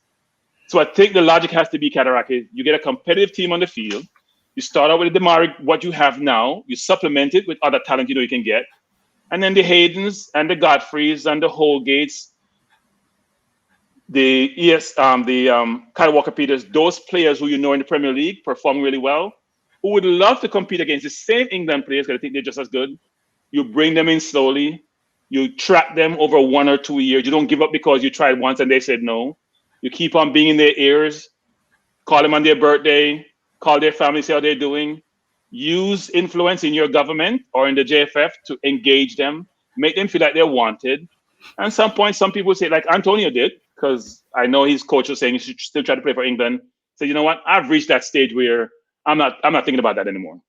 I'm not going to sit behind Harry Kane and not get in the game. You can say that to Max Aarons, which is you have about 4 or 5 Reece James, all these players, Liverpool player in front of you. Come and join us. But you have to show them that you have talent equivalent to what they have to go compete. So, for example, the World Cup qualifiers. If we make the World Cup, we'll get more of those players. But you want them before you get to the World Cup. Because I'm sure people are going to feel like, you know what? Those who took us there should be the one who goes to the World Cup, which is not how life really works. But many people will say that, which is, I put in all the odd effort to get us to the World Cup. Why should somebody get that place? That may not be the case because it happens in the championship where you may be great in the championship to bring your team to the Premier League, but you get discarded because you know what? They need better players. So to answer your question, Cataract, we need more talent. And we got to pursue talent. Football. Go ahead, Drake. Yeah, club football different from international football though, Cranky. Understand it's a long season in a club football and they need depth and need to improve certain positions and stuff. They're more understanding when it comes to club football. bringing in new players to improve the squad and position. But the Jamaican philosophy, that's a big thing that could disrupt chemistry, bringing in new players after you qualify for the World Cup. So Jay, I believe what did in 98, Jay? Where did Marcus Gale come in? When did Robbie Earl come in? When did, what's his name, the kid that got a red card, come in? Most of those players came in after we made the World Cup. A lot of Simonis realized that who took him to the World Cup won't allow him to compete in the World Cup, because you're moving from the CONCACAF region to now the real world stage. You need world-class players to play against world-class players. What got you there is not going to keep you there or allow you to compete. But the difference back then, too, it was clear who was in charge of the team and who had the respect of all the players, whether it be local, international, or English-born, local-born, bred, either way. Simoes was fully in charge of the team, the technical director running the show. Now, there's not the same respect going around as far as I heard, that all the players right across the board give Tapa the same respect that Simoes got back then from the players then. If I am Tapa and the players don't, and certain players don't respect me, can't be my team. I don't care who then. If he's Antonio, you can't be a part of my team. I am the coach. I am the manager. I run the show. You have to conform to what I'm trying to accomplish and what I'm trying to achieve. Conform and let me try to achieve my objectives. If you see a lot of sometimes very, very good players like a Bale at Real Madrid who get ostracized. He played today, right? Zidane says, you know what? You're not going to win the program. I can't play you. I don't care how much championship we won with you. I'm not playing you. You see that quite a bit with players sometimes and coaches, which is Alex Ferguson has done that. He got rid of, what's his name that played center half? He got rid of Beckham. There are coaches who do that sometimes. Basically says, you know what? You can't be part of my program because I run the show. Arteta did with Guendouzi. Arteta don't even have the credits to do that. He ostracized Guendouzi. He ostracized Saliba. There are coaches who do that in every organization. If you want to keep the reins tight, if you want to make sure you impose your authority, you have to make sure, sometimes make examples of players who are deemed indispensable. And you know the thing with that cranky Jamaicans are going to beat Tapa. If Tapa run when a big baller because, said baller does not respect him. Jamaicans are beat him same way because Jamaicans are going to say you are insecure, the man insecure, right? Him can't command the respect of the players because of his lack of quality, right? Them are going to beat, from a PR standpoint, it wouldn't bode well for him either. Farman, I said this. When Gray was pouting because he didn't get put on the field, I was like, leave him on the damn bench. Let him pout. When the coach, he's not pouting when he goes to Watford. He's not going to pout when he goes to West Band and bench him. So why is he going to pout completely for Jamaica? Like, what's that about? You're there pouting, you're going to walk back to the changing room. I would let him walk back to the changing room and walk right back to England. That's not how you operate. The coach don't pick you. You don't get, your number is not called. Your number is not called. That's how life works. Get over it. Grealish didn't play most time for England. If Grealish pouted, Southgate would have sent him home, no matter how much the crowd loved him. You as a coach has to impose your authority and run the ship the way you want to run the ship. And if your number is not called, your number is not called, formula. This whole thing about pet, that's how Waterboy got petted, even when he was creating, that's why Simonis ostracized him. He's not confident in the program. No matter what the crowd says, you get ostracized. That's how life works. Cranky. No, I agree with you, and I think that's the right way. I'm just saying from a PR standpoint, it would put more pressure on Theodore Tapa with the fan base. More just have to get outcome. He has to get positive outcomes, and it'll be fine. If we go to the World Cup, nobody's gonna remember that player who was pouting. They're gonna be celebrating go to the World Cup. Who's that gentleman at the bottom, next to Jermaine? Next to Jermaine, I don't know. He's been silent. He's been silent. I don't know if the person on the right. Chemo, the soldier. Soldier. Oh, okay. It looked like him thing freeze though. It froze a while ago. Yeah. It come back to life. Does that gentleman have anything to say? I've got a couple of things, but is it Chemo? Chemo? Go ahead, Richard. Go ahead. Until he comes in. Jamaica is not quite unique, but it's a particular dynamic. Totally different compared to England, as Cataract and Formula, Dre, yourself would acknowledge. I think Tapa has got, I still maintain, the mother of all challenges. Cronky, from what you just said, you suggested that Tapa would have to have the balls and the ghoul. All right, forget the ghoul. The balls to tell a Damari Gray, to tell potentially, watch this now, fantasy zone, a Mason Greenwood or a Holgate to stay where you are or to hold them off the pitch if for whatever reason he feels that they're not playing well. I think there's going to be such a challenge to bring together the likes of Anthony Grant through to the likes of the potentially Kamar Roofs. I think it's a really difficult scenario that faces Tapper Whitmore, and this qualification is going to be far from easy, as we've alluded to. And let me just throw in one other point. I'm going to throw in a scenario here. We've been talking about relationships tonight, and it's been very interesting, and I think that runs through all of this. Check this scenario. I was speaking to a cousin, born and bred Jamaican soldier over here, and I put to him this whole scenario about us sending out a SOS and a recruitment call to the Jamaican diaspora. And he said, watch this. If you had 100, I'm going to use the number 100. He said several. If you had 100 Jamaican aspiring footballers who were ready, willing, and identified as being ready to play for Jamaica, and then a call comes from the English FA to say, we've identified you've got talent, you've got class, you've got ability, you're going to be potentially eligible to represent England and the Three Lions. Come over. You're not going to get a definite start, but we like the look of you. Of those 100 Jamaican players, and I know Mannings actually was talking about the surplus, well, certainly a growth of young talent in the JPL. Of those 100, my Jamaican cousin laughed and said, listen, when you're talking about pride and you're talking about loyalty, you can put that to bed, because of those 100, it's most likely that 99, if not 100 of them, would find themselves at the airport and on board that plane to England, Gatwick or Heathrow, before their luggage is packed without so much as a bayou leave. Do you agree? Yeah. Is there a price? I know we were talking about there's a price on loyalty. Do you agree? I agree that the players' first instinct will tell them to represent country that they were born in. Yeah, doesn't matter if they have links to other countries, but you can't beat them like Ivan Toney, who said that he wants to concentrate on trying and making the England team. You would want to beat him up on that. Even though we might say that he can't make the team. You know what I mean? So definitely I believe that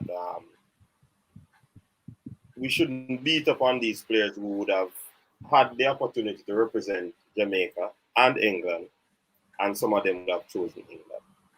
Because some of these youngsters going through the academies and all of these things, growing up, their eyes are set on playing for England. Some of them would have also gone through the youth system, would have gone through the U20s, U18s, U15, and all of these things. So they would have gotten so in tune with the whole scheme of things when it comes on to playing for England. So the next bit is to want to play for the senior team. Now here comes Jamaica, giving them an opportunity. Yeah? We will have to come very, very, very, very with a plan where blow them up. You know what I mean? And I don't know what's the strategy that is used to lure these players. But I mean, would have gotten some to come, but I mean, it's difficult. It's difficult. A Mason Greenwood, trust me, it's difficult to get a Mason Greenwood to come play for Jamaica. Coach, Yeah, Qatar. Difficult, unlikely, but not impossible. No, I would never say that. No, I'm not saying you said that, you know. I am making my point. That it's difficult. I'm agreeing with you. It even might be unlikely, but not impossible. And what I'm saying is, so long as the possibility exists, the JFF, not Tapper, the JFF needs to relentlessly pursue that 1% or 2% chance. Mm-hmm. Right? And don't take no for an answer. And don't take no for an answer until the door is fully closed. Exactly. Because that 1% chance you're talking about $1 billion, look here. let me repeat. But Neo made a point there. That hold on, he could be onto something, you know, very, very strong point that he's made. Unprofessionalism, yes, it is, because it's not a professional. It's not a, Neo is correct. I know he's going in other aspects, but the reputation of the Jamaican Football Federation in England is not the best. It's in the. Let me use the word that the English would use, and my friend David Roddy would have said, it's in the loo. It's in the gutter. It's in the loo. It's in the gutter. More than that, coach, the approach up to this point has not been a professional approach. Yeah. It hasn't been a coordinated approach. It hasn't been a strategic approach. It has been ad hoc, and I dare say it has been the players who approach the JFF, not the other way around. We understand that there may be a change in that strategy, coach, and that the JFF might have reorganized themselves in a way to take a serious look at getting the top, some of the top name players. Now, here's the thing, and I don't know if Formula or Stan would agree, right? He said, Richard said 100 players were coming to Jamaica and 99 turned back. Maybe the one is Mason Green with that stay. And I'm still happy with the one, even if 99 turned back. Because for me to turn my back on Jamaica is a big decision. And so for a man to turn his back on the country of his birth, I respect the difficulty of that decision. But what I want to see, and we reached 3 hours, and I've heard anybody who watched the Everton game say how did Mason Holgate and how did Ben Godfrey perform, and how did they look? Should we be? I don't think Ben Godfrey played. So I watched the game.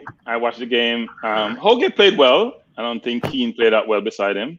Holgate played well, and Demar Gray played well. Gray played really well. Good? Yeah, Gray looked good.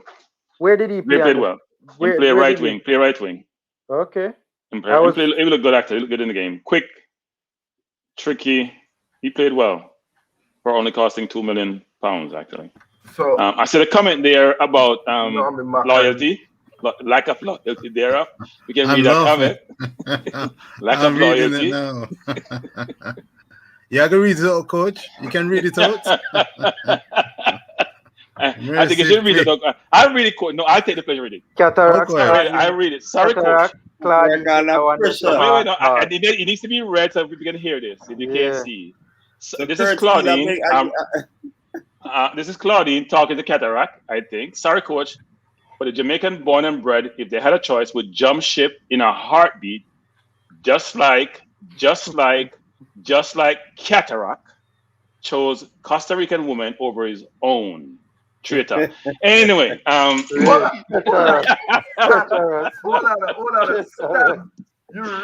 I think that done the dance. Hold on. You really want to play that tune there? I tell you, I have everything in my number. I know me play that. Claudine played. Me. No, but are you play for your tune? No. Got the tune that you play. You don't even make coach play. That's done. No response. No response needed. But frankly, Remember, you company. So I remember I met your lovely other half and your daughter. So tell her, hold on, man. Claudia H. A shift. So what you would have said about those Jamaicans who love Guyanese ladies from South America?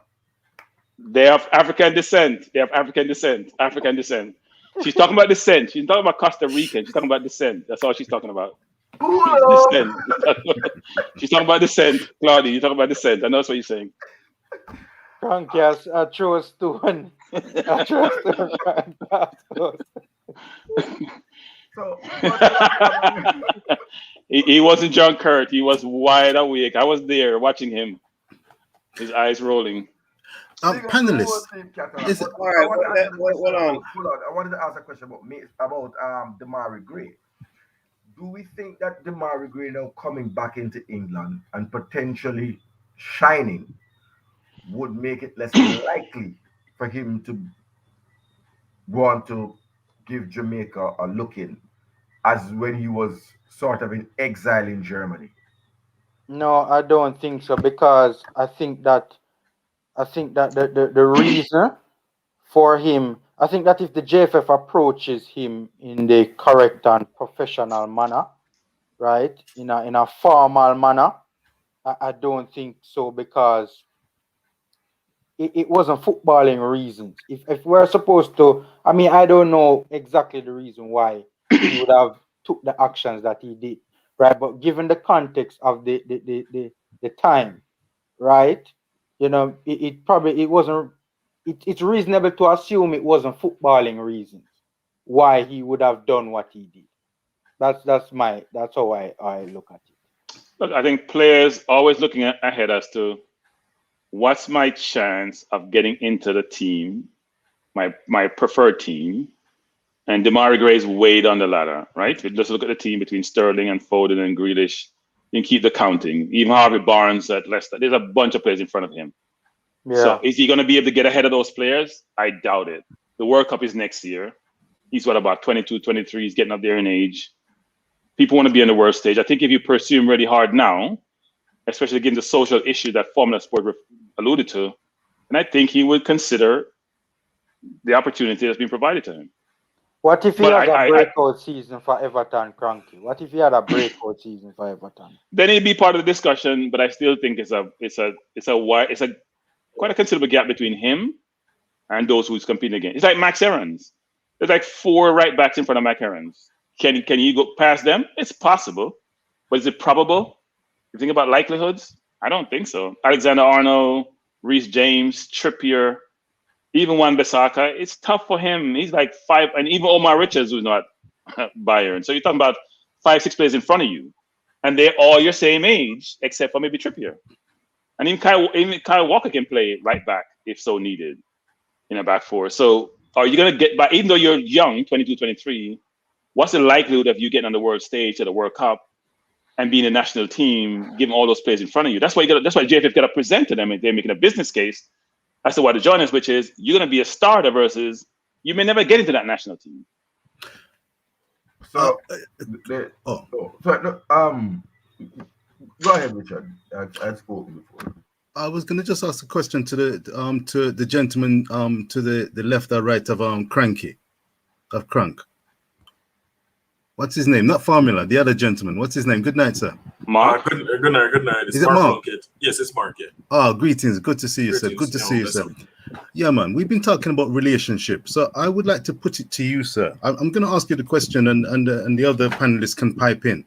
How would you describe the relationship? You can take it on a human, man, woman, man relationship term. How would you describe the relationship between the Jamaican national team and the players they're trying to court and bring on board, from the Anthony Grants to the Holgates, to the Kamar Roofs, to the Liam Moores? How would you describe the relationship or relationships?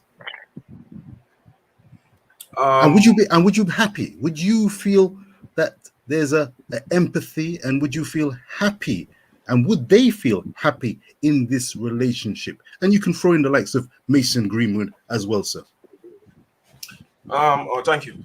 As for me, I think there was an issue where communication is concerned with the English-based players, and probably Theodore Whitmore are the persons in charge of contacting these players. With the addition of the assistant coach, being that he works in England, I see where he could probably touch base with these players, get contacts with these players that are willing to or want to play for us, to basically bring them in. Me personally, I again, like all the panelists here, want the best players to play for us. I always advocate for Jamaican players. I used to advocate for them to get a chance to play in the team, and we have seen what they're capable of, and it's just not good enough. I went there, watched the World Cup, saw that we're lacking up front, saw that we're lacking midfield with Ravel having issues, being in America, that prevented us from having a more formidable midfield. We still lack. We need a center defensive midfield player. Yes, we heard that you have the Anthony Grants that are being contacted and so forth. So with Ravel playing for a club right now, getting time under his belt, I think that is helpful for us going forward. As for the striker, the defensive side of Jamaica, Reggae Boyz team is good. With a Liam Moore, with a Damian Lowe, with a Taxi. We need improvements around there, but I think so far we're good. Goalkeeping wise, we're good as well. So I'm quite confident around there, but up front, the issue why we drop out of the Gold Cup is not because of coaching. We were there in the stadium. We saw the players playing, and we saw the chances, and we just need clinical strikers. We saw Manchester United did it today. These guys got one chance, and the way they put the ball in the back of the net, we want to see Jamaican players be that clinical. You get the chance, and you give the keeper the ball. We're tired of that. We are literally tired of it. You can't get the ball and give keepers. You can't be playing around there. You have to be clinical. So we need reinforcement up there. As for the reinforcement coming from England, I don't have any issue with that. We want the best players. All of us watch the Premier League. And if we can get these players that are willing to play for us, and that is the issue that I have. A player like Ivan Toney, that's waiting to play for England, let him stay. The players that want to play for us, like Anthony Grant or Kevin Stewart, that doing passport already, let those people come and give them a chance. So I'm advocating for people that want to play for us, are willing to go there and do their best. Yes, I'm just happy with that, and I think the relationship with Tapa and the boys are good. I think they have trust in him. I think he can rally them. He might not be the best coach, but I think once the players produce or do what they're supposed to do on the field, I think we can get good results in the World Cup, qualify for the World Cup. So Richard, I'll say a couple of things. One is, I think we're very sensitive as a country. Someone tell us, no, we take it personal. Like, go ahead. We never want you anyway. When you want to come play. And when you come play for me, you said no, and you take it personal. Like you got turned on by a girl who said, I don't want to talk to you, I don't want your number. Don't take it personal. If somebody says, I'm not ready to consider you yet, just say, you know what? Think about it. We'll be coming back at some point in time. To answer your question directly, though, I don't think there is a strategy employed by the JFF about how they go source players, not just from England, but globally. I don't think there's a global strategy.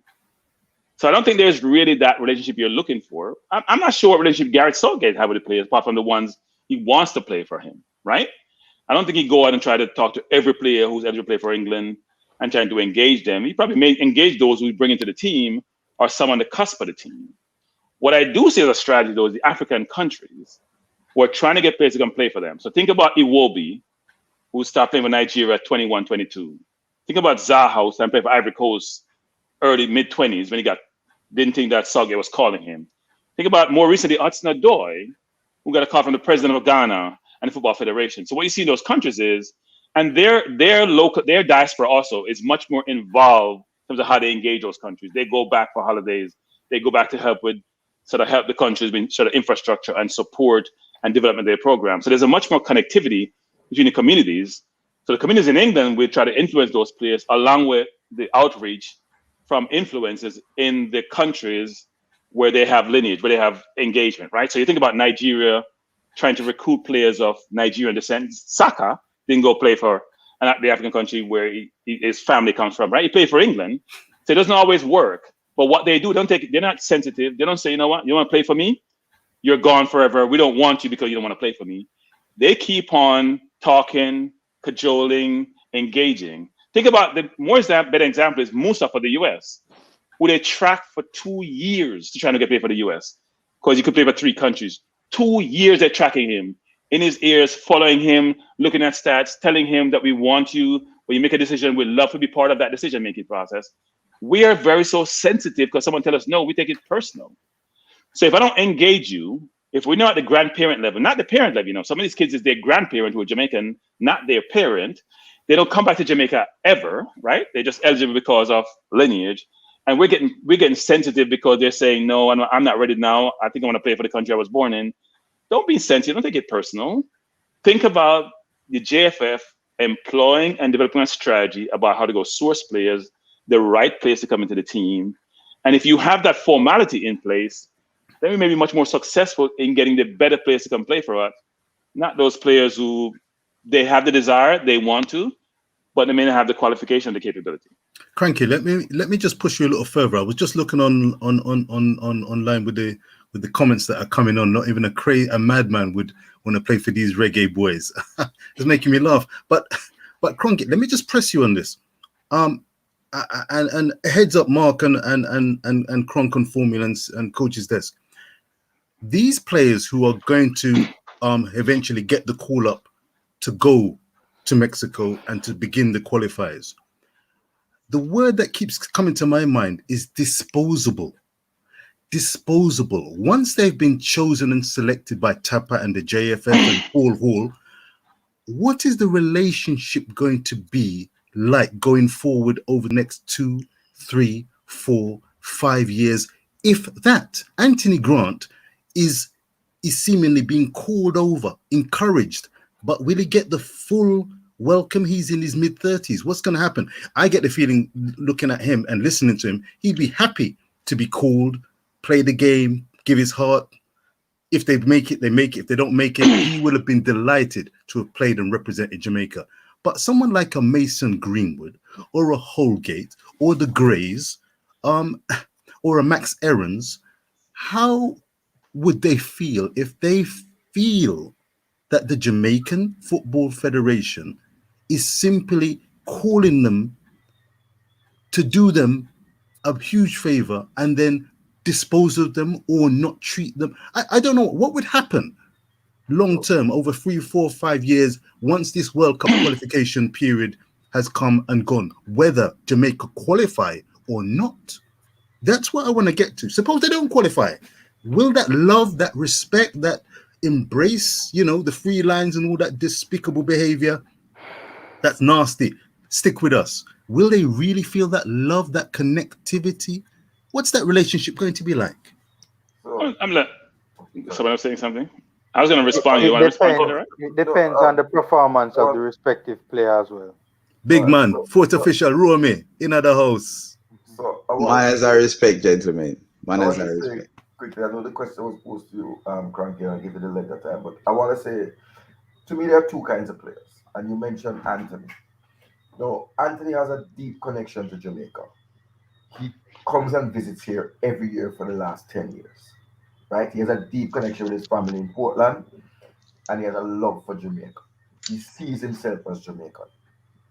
That is different from a Kevin Stewart, who has never been to the island. But I think when they get on the football field, they are going to work their socks off. Different players have different motivations. And I think you are correct in trying to query about medium-term strategy when you recruit these players. Because as, in my opinion, more and more established professionals may look to Jamaica. The man who has come now, let's say Kyle Walker-Peters comes now and represents Jamaica, and then James Justin holds out until we qualify. James Justin is a more superior right back. Everybody will agree to that, defensively and offensively. How do you discard a player? I don't think it's disposal. I think there's sufficient games, Nation League, Gold Cup, Caribbean Cup, to rotate a squad and keep the players who come in happy. And lastly, I would say to you that we have to do recruitment because your Michael Antonios, Anthony Grant, Michael Antonio is 31, but we seem to be jackass at the world level. So we will welcome Michael Antonio at 31. But I've heard people say they don't want Dwight Gale, who is same 31. You understand? So it seems like the rules are different depending on who you are. Or the feeling is different from who you are. And I think that's unfortunate. The truth is you have to build a short-term strategy for Qatar and for these immediate qualifiers because it would be an unmitigated disaster if Jamaica does not qualify for Qatar, and have a medium-term strategy for 2026. And where I think they are weakest is that they don't have it's like they're not riding and whistling. And they're not telling tales out of school, but we've had an engagement. But there seems no concern for the Olympics is in 2024. The Under-20 World Cup is coming up shortly. And Under-17 World Cup. So the recruitment, I don't have credit is short. I don't know. Frankly, answer. I don't know why we can't call the players for the various teams, and so it looks like a cohesive, coordinated recruitment strategy. No, look, I think we agree that the strategy needs to get much. Well, I'm not sure we have a strategy. So saying you have a strategy is one thing. I'm not sure we have a cohesive recruiting strategy. But I would say this, though, is that it's very difficult, Richard, when you have a large pool of players to select from, when you don't select certain players who may never get into the team, you select them once to get in the team. I'm not sure every national team go call every players who didn't get into the team, right? Unless you're on the cusp of the team. For example, when Theo Walcott was playing well a few years ago, and Southgate didn't call him, he said to Southgate, "What do you mean you didn't call me? I mean, I'm scoring a lot of goals." And he said, "You're not fit what I'm trying to do." But he doesn't call him after that to say, "You know what, you didn't get to my team," because he basically says, "I'm not playing you going forward," or it's not a one-off situation where I'm not playing you. So you got to think about what's that core you're dealing with. If I'm on the cusp of the team, I'll call you. I'm trying to make sure you still feel that enthusiasm and want to be part of the program. But if you're way down in number 70, number 80 player, you can't call every player. And the question is going to be, well, you discard me. Well, no, you set at the outset, you have the communication engagement about how you're going to operate, what the model is, what model you're employing, how you're going to engage the players, what it's going to look like going forward. Are you going to call players who are not going to be part of the national team more in the 70? Or are you going to call just the first 40? Because if you didn't get your name called, that means you're not part of the program. So you have to establish that, how you're going to operate, so people don't feel like they're being discarded and they're not if they're not useful to you, then you don't matter. The relationship expert is right down there. Captain Romy, come in. Gentlemen, good evening, good night. Sorry I'm late, not really sorry. I'm leaving this weekend, going away for a while with the people in Army. So we were living it up, turn over a few battles tonight. So having a good time with the peeps. So I really needed to jump on tonight to see a couple of things. So before I give my point on the JFF, I really like to shout out Cataract. How you doing, my friend? I heard you're on suicide watch. No, we can't suicide watch. Me hear you on suicide watch. Cause here's what, and honestly, it's like we're on a watch along today, and I was watching Manchester United playing against a side named Leeds. And I know you guys might have already talked about this, but I have to mention it again. I heard you on suicide watch, Cataract, so I have to come on for make sure say you're good. Everything all right? Remember the same thing happened last year. Yeah, we just check. No, Respect for the check-in. We were shell shocked, and it was a shocking display. never out the starting blocks, and I gave kudos to Manchester United who came to the races. Okay, as long as they're good. So as long as it's not a rope and butter in your house. So you see the difference in class. The difference in class. I came on and I didn't gloat. I didn't say anything. You notice that? The difference in class. I didn't gloat. I didn't say. I just said, you know what? It's not important to talk about. But go ahead. But Rome, I did point out that Arsenal is right beside Leeds. Yes. In the table. Arsenal and Cranky, you're welcome because of Manchester United, they're not 28. Okay? Rome. Last night, the man almost destroyed me. And so when I came out, what I did tonight, I just say, you know what? I turned the other cheek. I became Jesus. I turned the other cheek. Yes. So let me give you 2 cents before we go tell you some more about Upside Down. People, I've been saying this since day one. We cannot trust the JFF to manage themselves out of a seatbelt. So we talk right now about, do we have a strategy? Is there a strategy? Will there be a strategy? I believe that the JFF is just tossing things up in the air and hoping it stick with regards to recruiting. I believe the JFF is relying on people like Cataract in all his glory and others to spread the word, to find out who might be or is available, and then pray to God them say yes. There is no concrete strategy to recruit, which means they are still willing and able to call whoever they feel like from within Jamaica, playing in the JPL or wherever, are people who've, played well in Jamaica and got a chance to play overseas. There is no strategy to win now with the best available so that you can invest in the future. There is no such strategy with the JFF. And it is why we're struggling as is right now. If the JFF wanted to do something now, to invest, to plan for 24 Olympics, to plan for the next World Cup, they could be making strides as is, making proposals after proposals, bringing up plans to these players as to how we can help you benefit in the future. There should be a strategy for all of the players available, 31 or above, Mikel Antonios or above. If you're going to entice them or want to entice them and playing for the football, show them a plan.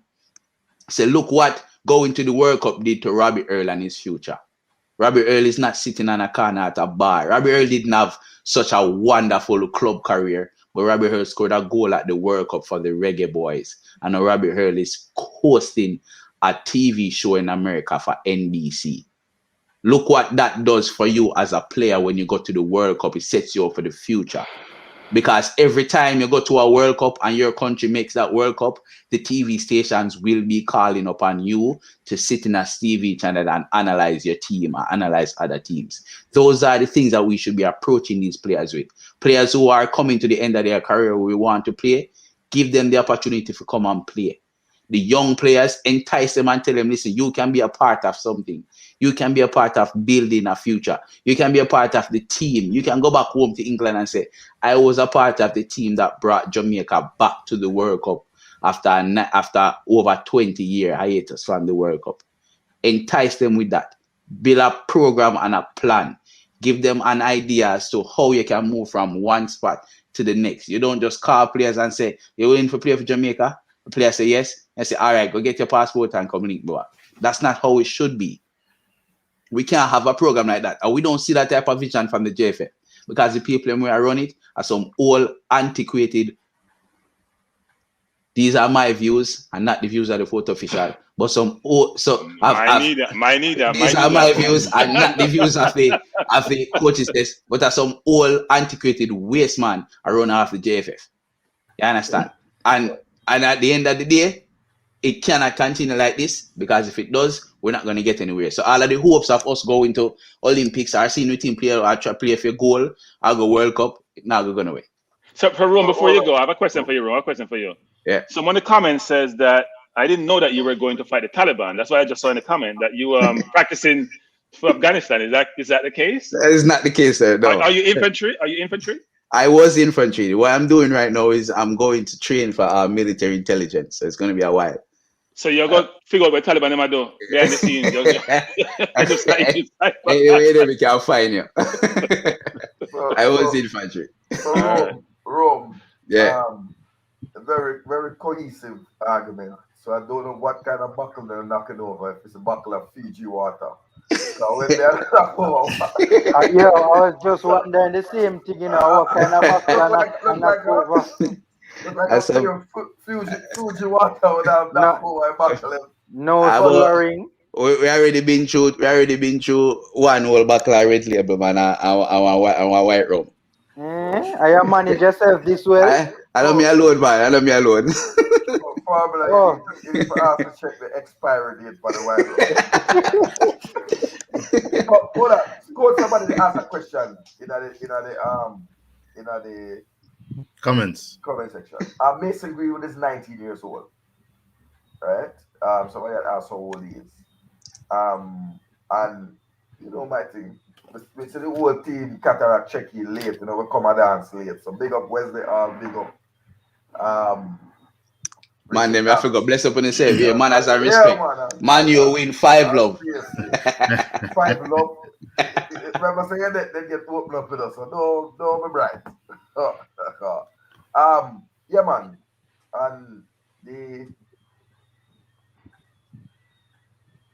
who else was on the show today? Todd Cantwell. Todd Cantwell did well for Norwich, you know, in their losing effort. I saw him make a beautiful cross that was in the highlights program. Todd Cantwell is eligible to play for Jamaica? Yes, Todd Cantwell is Jamaican, my friend. What? With the box foot? Oh, yeah, said to me. I never know that. Control yourself, formula. Control yourself. No, man, a box foot, I say, man. Box foot a legit word, man. Box foot. This is not AFTV. No, man, and an expletive, me use, man. I would never do that on coaching show. Yes, Carson White. Todd Cantwell is Jamaican. So Carson White never know that. So there are a number of white Jamaicans who play. I think it's far and wide. Todd Cantwell, Dwight McNeil, Emil Smith Rowe, Zach Brown, quite a couple of them, to name a few. And I'm sure there are others that I don't know about because, again, if you want me to start to do the work, you have to put some gas in the engine because there are people who are paid to do this work. An official scout there. And it may seem to me that he is a Cub Scout and not a real scout because people surprised that he can't go to Jamaica. To be the scout who is engaged and paid by the JFF, he should be coming and making some regular postings on his Instagram about Jamaican players that he has discovered and been in contact with. You understand? That Cub Scout thing I go on. Motherfucker, I don't even know if he's a Cub Scout, man. More like a brownie. So, gentlemen, with about half an hour to go, can we look at this whole situation of the issue going into the World Cup qualifier? Because this sound like the ship our capsize, you know. The issue, coach, a couple issues, well, man. Oh man, the latest one we hear about the $1 billion them need, man. The financial. Yeah, the financial aspect of it. There's nothing to defray costs. So wait, coach, what happened to all the wonderful sponsorship that the JFF would have garnered in recent months? I'm wondering if it was for the Gold Cup. I'm just wondering. No, but remember, I think they had debt before, you know. So I assume the they had sponsors coming to clear up the debt. No, the money that they had, you know, remember they had issues paying the players along with past due and female, all type of stuff they had issue with. So I think they used some money to clear that up. And then with the contract coming into play, you know, that kind of, you know, streamline certain things. But going forward, I don't know. But Mark, didn't they say that they were? Correct me if I'm wrong, guys. But if my memory serves me well, I understood that we were covered for the World Cup qualifiers. Sorry, I just does somebody have a fan on? Yeah, man. Listen, Qatar, the place hot. But you know that bad though. You know that bad though. You know that bad. So go and mute them, Mark, till you're speaking. Until you're speaking, Mark. Go and mute them. man, I do that. No, I want to say, coach, I saw my good friend, brethren, partner in crime, Simon Preston, who a video that said JFF is $1 billion short. Coach, I just have a couple of words to say. WorldNet have a loan for everybody. So JFF, not a lot of people that pay to get a loan. Oh. No, me not subscribe to that. Them interest rate, me not understand. A loan for everybody. Everybody, even JFF. No, that's not gonna be the latest. That I got kill with. Cataract joke, man. What about the loan cataract? Cataract, me not subscribe to that. Cranky had said, Cranky had laid out something. I've always go back to this, you know. With the whole apparel, Cranky had laid out how they can make they can't up sell to $1 billion. They can't sell $1 billion worth of apparel. Is it billion Jamaican or billion? I could say must be Jamaican. You can't sell $1 billion Jamaican. Cranky, right now, hold on. And they have some space in the Coronation Market. We're trying to sell them on a Thursday, Friday, sitting. I sell some banana, roast Michelle, and they're sitting there and hustle. I go out to the traffic light. No WorldNet though. No WorldNet. Go out to Trafalgar Road and go and hustle some phone charger and some car steering wheel cover. But I don't see how. But Cataract, that'll take a while to reach $1 billion. But how do you come to this? Took a while. $1 billion Jamaican is how much US? $1 billion Jamaican is how much US? So probably 100. Is it 100 million US? About 10 million US. No, it's less than 10. It's less than 10. About 6 billion. About 7 million. About 6 to 7 billion, I would think. 7 million, I think. 7 million euro. Okay. Merciful Father. Is so wait. Coach, hold on, Mark. Not even when I hear them make some big drug seizure, it come to $1 billion worth of drug. I don't know what they can do. So I come to that though. One big seizure. I never say value at about 700,000 US street value. So not even that they can do. So the advocate for man them. No, I'm saying to you, I'm putting it in perspective that not even that can save them. What needs to happen is that they explain how they got there. Hold on, weren't we like 200 million Jamaican dollars in debt just the other day? And them 50 was paid off.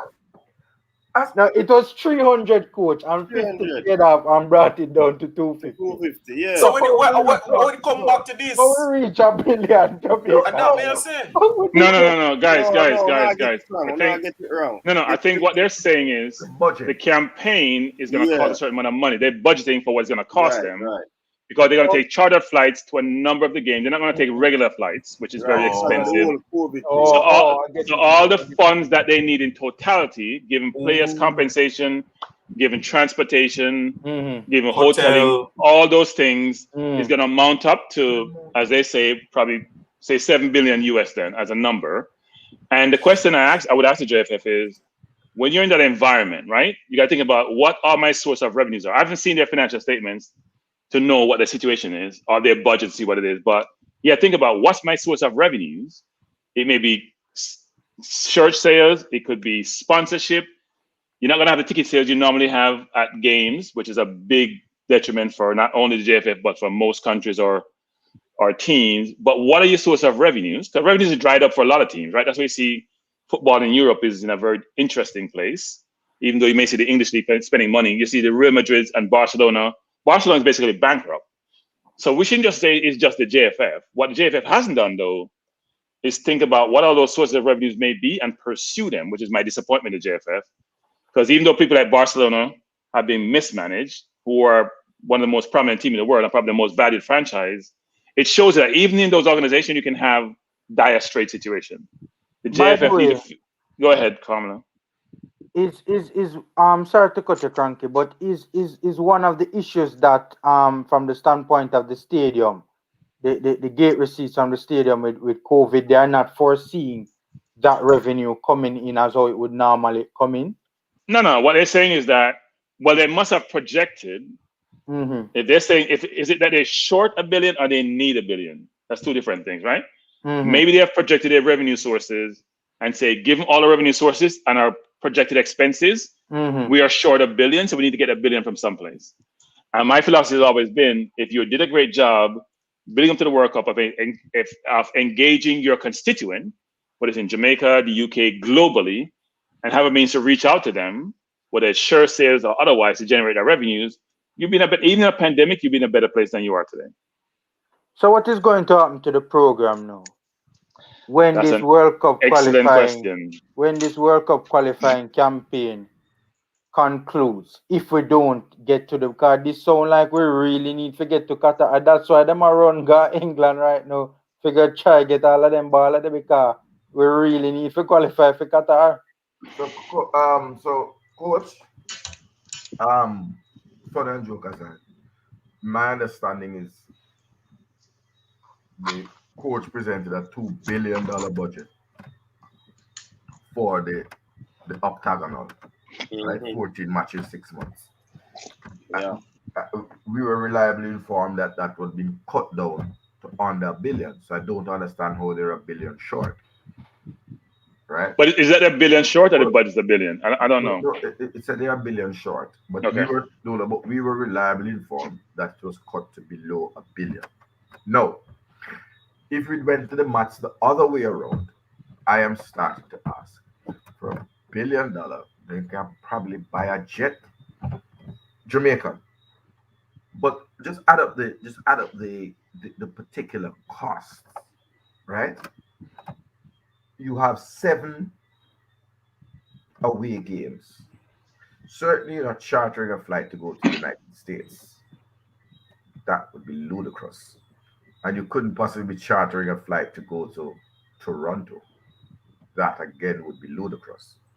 But I understand Mexico, Panama, Costa Rica, El Salvador, those countries where you would have connecting flights. But you can't really justify chartering a flight to go to a country where you have a direct flight to. So you can cut this up. But what kind of hotel am I staying on? Because hold on, and I'm asking something. To charter a flight, and I've done a charter of flight already, but I guess to charter a plane, it doesn't take $1 million US to charter a plane. It don't take $1 million US to charter a plane. For 5, I don't say go. So right? Ketera, here's what you're missing, Ketera. So so here's what you're missing. Here's what you're missing. So if you have 10 UK based players, right? Yeah, listen, 10, and they are flying business class back and forth. Mm-hmm. That can run anywhere between 3 and depends on when they come in 3 to 7 AG per person, right? No. No. The flight to Jamaica. From the UK. From the UK to Jamaica. Yes. Business class. Not economy. Of course, Google that business class. And from the UK to Toronto, because we can reason it, and I'm not belittling the point. Give me a date. They would fly in. Just hold on. Can I ask one question though? Can I ask one question? I want to address Cranky's thing because I'm not belittling him, but I just want to just get a sense because the numbers just seem far away, right? Because it's not like we're having massive camps. I could have understand that if we were having like a 30-day the numbers seem exorbitant. That's what you're saying. Exorbitant, right? It's not like we're having friendly matches, and you're having the players hotel, travel and per diem and match fee $1 billion. Sure. I don't remember where I heard this from, but the last time I heard it would cost around $2 million US. So remember the coaches. So Cataract. Go ahead. I just put in some time, right? So just put this in. I mean, I fly to the UK from the US, so I know business class, right? So you see a flight here. The cheapest flight I saw, if I want to leave here on August 28th, you always do a 2-week period, right? I was going to book it to you 2 weeks ago. It's $4,300 business class from JFK, not Jamaica, to the UK and back, which is a frequently flown route, so there should be less demand. And if you go to a 6:30 flight, it's $7,000. A 2:05 p.m. 5:20 is, so you can see what I'm talking about, which is, and these are going to be non-stop, because nobody's going to take multiple stops if you're a player, multiple stop. It's expensive per player, and they got to make at least three trips, right? In fact, maybe more than that. Depends on how many dates they are.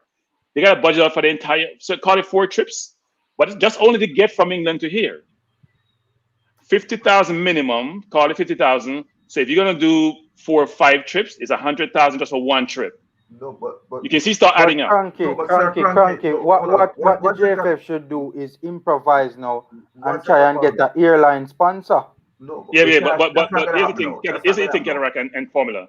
They're building out the budget. Now, how are you gonna source the budget and how are you gonna be able to get what you need to reduce it? Maybe one of that, as you're saying, which is a barter, which is I advertise on my jersey, you give me free flights, right? Whatever you want to think about how you want to do this, or you exchange money to do it. But you first have to figure out how much I need to make sure I can finish the entire World Cup qualifying campaign. And then secondly, how I'm going to source the funds to pay for it. And it can be very expensive. Cranky, obviously this is your field, this is not mine, right? But common sense would tell me that this should have been done a minute ago. Not well, unfortunately, formula, we all agree on that. We agree with that formula, but I'm not sure it was done.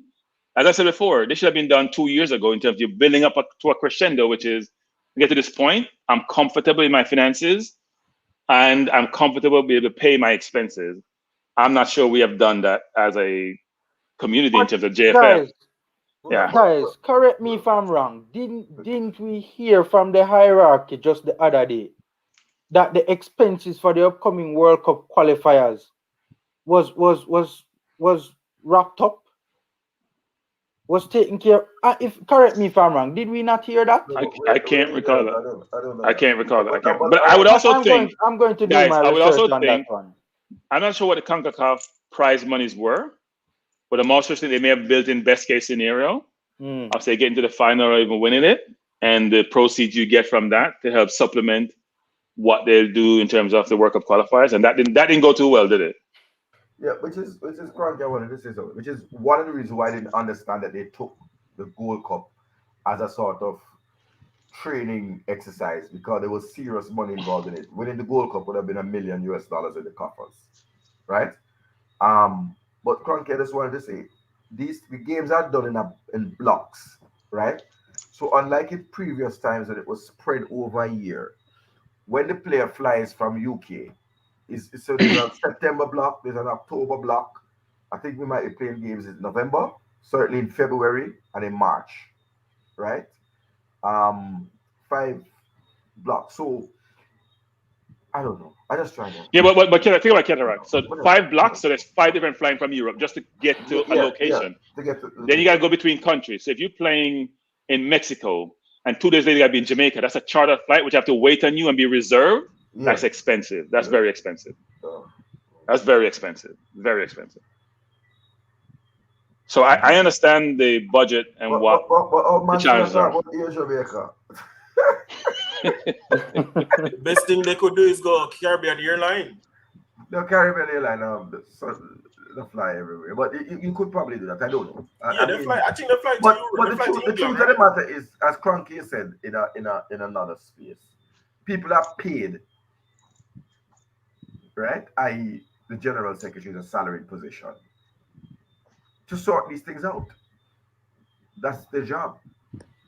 Not scratching my head with me not have no ear and Cranky ear shine and them so.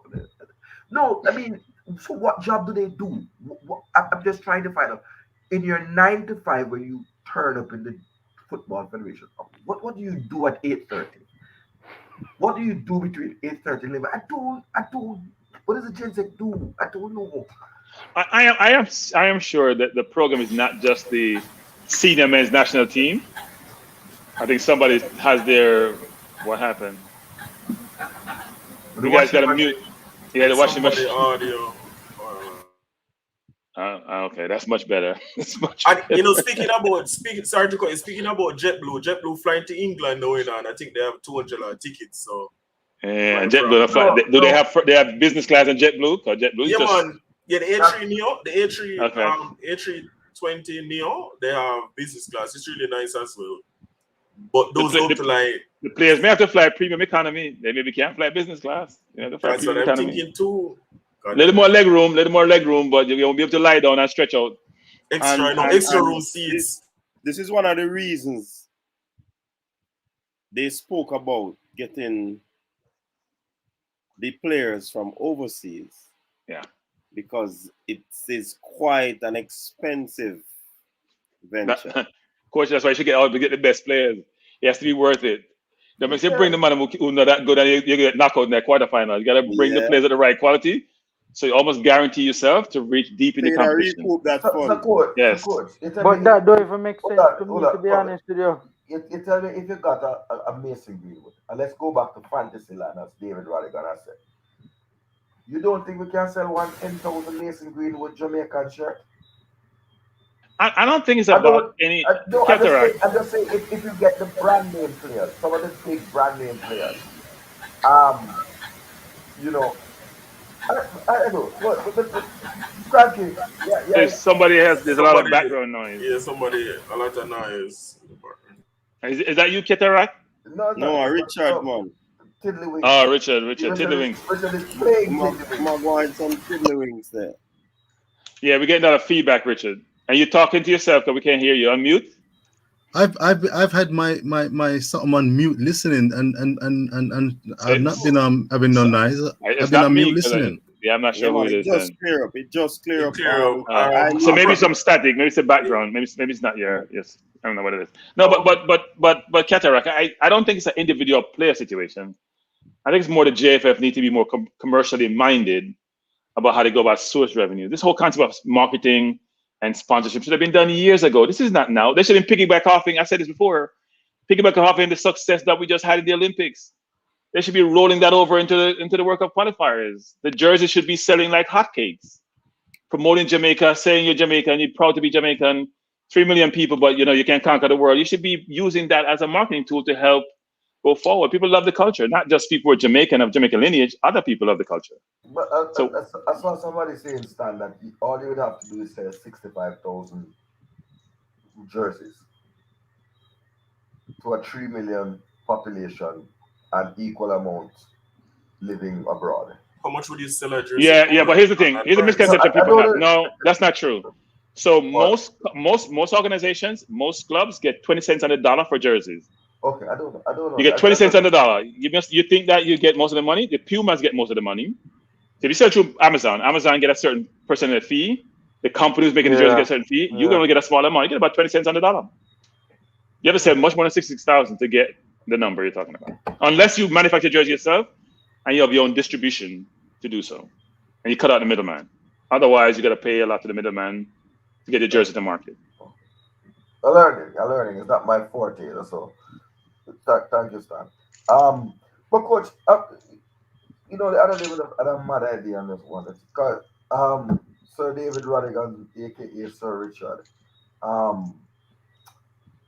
you mentioned something about the future and what the program would look like. Coach, you don't think the JFF should invest in getting like Usain Bolt a pro license, so that in like 10 years, 5 years, you don't know, like just something to just bring a momentum. I just try to think outside of the box. Course, it look dismal, it look bleak. Right now, I can't tell you. I'm not even about to go research the new crop of player them car. I don't know if it's like a strategy, like somebody that they think it may be nonsense, it may not amount to anything, but it can't be the same old. I wouldn't say a license. I would say be an ambassador for the JFF. Something that capacity where you're very visible for the JFF versus being a coach license, because I'm not sure that's gonna generate interest you're looking for. If you're an ambassador, you're out there, you're speaking, so you gotta compensate him, then that would help actually promoting the brand. Want us to Alright, comment on this, Steph yeah, Ewing? let Want to say something about it as hold well? on. Admiral Steph Bailey or Ewing, something like big up yourself, that. Steph Ewing. Trinidad and Tobago took back Caribbean airline from Jam.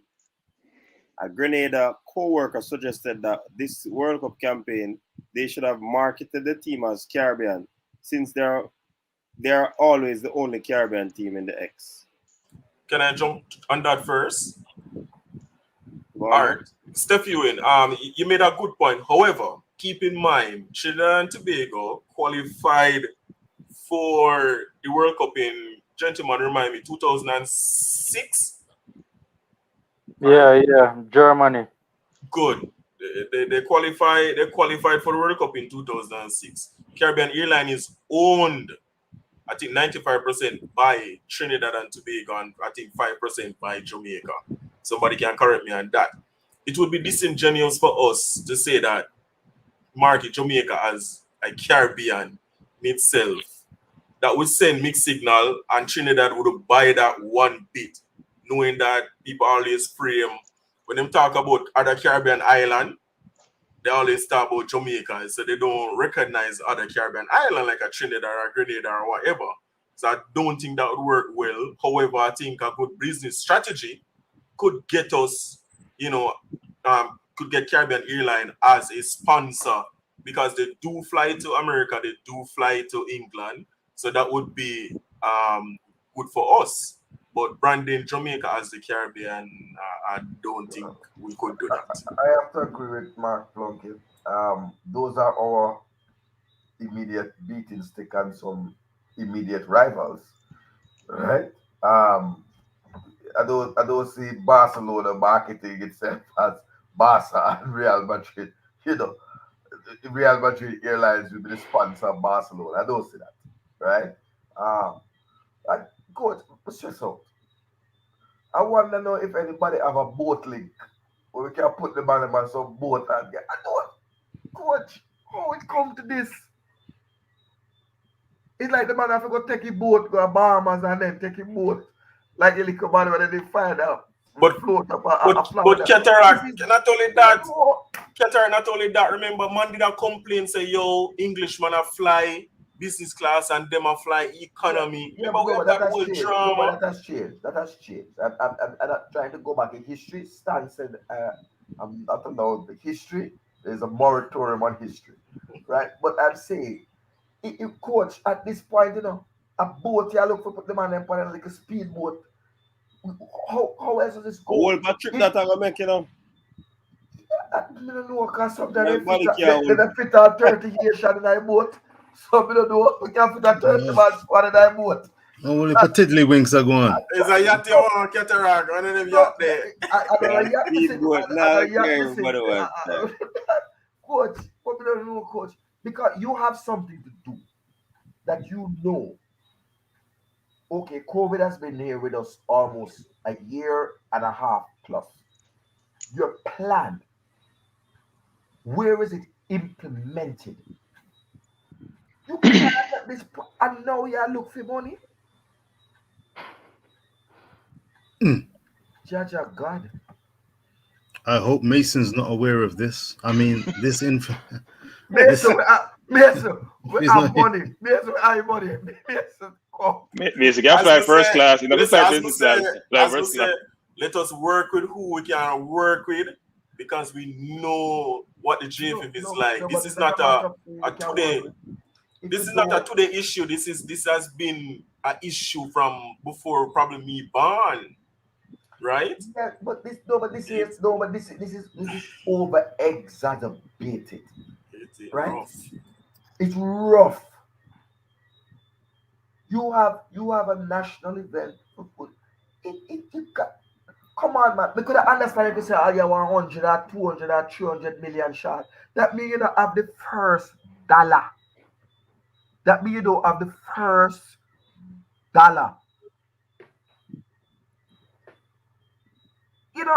Man, understand the thing short, and then they can get a loan for everybody. But you know nothing, sir. The ATM, right now the JFF push them card in an ATM machine if they go swallow the card. Oh God. I did anything there. Oh God. Oh God. No. You're supposed to have an ATM machine. That's a, No, sir. it's a big stretch. Hey, man, let's serious though. This someone I said. Oh, we can't go use the plane and crash on there. Yeah, fix it up, man. Fix up the plane. Fix up the plane. No. But it's time them think outside the box, you know? It's time to think outside the box for fundraising. I mean, without being rude. You can't fundraise $1 billion. You can't No, without being rude though. How many drug done out there? How much convoy herb shit? Michael. Listen, man. I have to go. I have to go. I can't be part of this conversation. Mark, I get a record. You get a record. The formula being expressed coaches by Michael. Michael, we disassociate yourself from that. I chop Michael a chop right now. Somebody called Michael. No, what he meant was What Michael meant was like Pfizer. No, he's talking about like Pfizer. Pfizer. He's talking about Pfizer or those companies. What he's talking about? Yeah, man. Yeah, Pfizer, those companies. Yeah, man. Investing in the pharmaceutical industry. Yes. Billions to be made. Billions. Up at UW, just come up with that big discovery. 11 billion them offer the man for the thing. Michael, yeah, man, I real talk, man. Coach, and normally the most sober presenter on the program has been driven to a moment of temporary madness, temporary insanity. This is what the football do. So you know what we observe when you talk about? That's what we've been observing. That's what we've been experiencing forever on this program with you. See, there's continuous insanity, not temporary. But keep going. Don't worry, next week Sunday I'm going to do insanity. Team Chatterak out. Team Chatterak roll deep. Wesley, Brown Man Security. I don't see Brown Man Security. What go on? The earthquake shake up. I think Brown Man. I don't see Brown Man Security. Wesley, the rest of them, Ricky Dance, Flair, Entertainment. Hey, Neo, be careful, Neo, be careful, man. Neo, me can't put up that comment there. Be careful, man. No, man. Delete that something there. Chop on them. Lord Neo. So the man say JFF be for chop. I am not gonna. We want to help the JFF. I'm gonna be on the other side. JFF. I don't know what to do. We want to help you if we possibly can help you with ideas. We can't get no money, but we'll buy the jerseys if they come out. I'll buy the 21 jerseys. We'll buy the jerseys when they come out. Mm-hmm. But by the way, JFF, if you're gonna sell your jerseys, don't make the jersey a point where the price is too significant for those who are locally based, right? Try to get volume sales versus trying to get the highest price for your jerseys.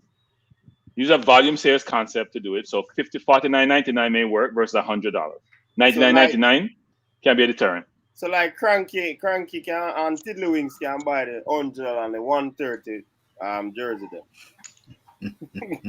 Yeah, I mean, but they can sell it for like what, 5,000, right? Cranky 5,000 are like probably 5,000 is cheap. Yeah.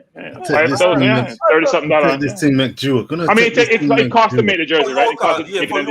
For local. So you have to figure out how much it costs to make the jersey, how much it costs to distribute it in terms of the total cost of the jersey.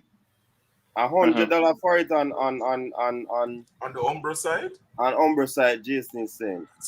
But hold on, Umbro still has the contract for our equipment. Apparently. Yeah, I think I thought was Umbro. Yeah. Okay, cause I thought they lost it a few years ago. I didn't know they won it back. Listen, movements. I'm gonna be bidding you good night. It's daylight soon coming. I'm gonna put the listen to you guys, Richard, and put me to sleep. Richard, before you go, speak. Richard, you keep coming on the program. I want to say something, coach. Richard, it's been 3 weeks now that you have been given an assignment to speak to one Louis Baker and Emil Smith Rowe. Speak. Has it been done? Don't speak to ESR. Don't speak to Speak. Have you entered upon the reference? I would like to know. We're going to be in a position where we can talk about exactly that. Funny enough, this week I was looking to, you see, it's about PR, it's about approach. We're talking about the Whistle and Ride. I know that you're a big subscriber to Whistling and Riding, but there's a well-known journalist, I won't give out his name, but I emailed him this week, said that I wanted to link and let's talk football and let's talk Jamaican football and the links to the Jamaican born players in England. He's not got back to me yet. He did say let's speak during the week, but he didn't get back to me. So I'm going to furnish him with my number, and my approach would be a little more nuanced in that I'm going to speak to him and we're going to talk, and then we can take it from there. But the approach is a very interesting thing. I know time is tight, but approach. You're a subscriber to Whistling and Riding, and we know that your figures have been dodgy. I refer you to that 220 second. What we know right now, though, but that's why you know. It looks so 220 like, seconds. Richard, you sound like 220 seconds. Richard, it's not a Jamaican. That does not constitute 2.5 minutes. I'm not going to mess with your program. It's not a Jamaican gully cleaning contract you get where you sublet out the contract, you know. And you was helping their work. It sounds like you sublet out the contract. Richard, I love you. Richard, I think your method that you're trying to employ is a very thoughtful one with wide ranging. So whatever source you can get who may have access to those individuals, leverage that source. That's all I'll say. Thank you very much, Mr. Cronky. Thank you very much, Mr. Cataract. Thank you very much. I will endeavor to come back to you with some feedback, but enough respect. I'm going to listen to the sound power. How long have you got coaches there? We have about 5 minutes. 5 minutes. So where your run go? All right. Watch out. But as soon as it done, me lock off, go ahead, sir. Go ahead. The program sweet me. Oh my goodness me. What a time CD to come in and tell us that the ship is in danger of sinking. What a bombshell you done upon us with this huge bungalow tiddlywinks. This is beyond tiddlywinks. $1 billion, Lord of mercy. Don't tell me and Max Aaron's about these. No, it's not $1 billion pounds. It's not $1 billion. Richard is about £4 million. It's about £4 million pounds. Don't worry about it. It's not a real billion. It's a fake billion. Another suggestion for the JFF. Apply to the government and ask them to undo the restrictions so you can dive out of Port Royal and try and see if anything left for Henry Morgan.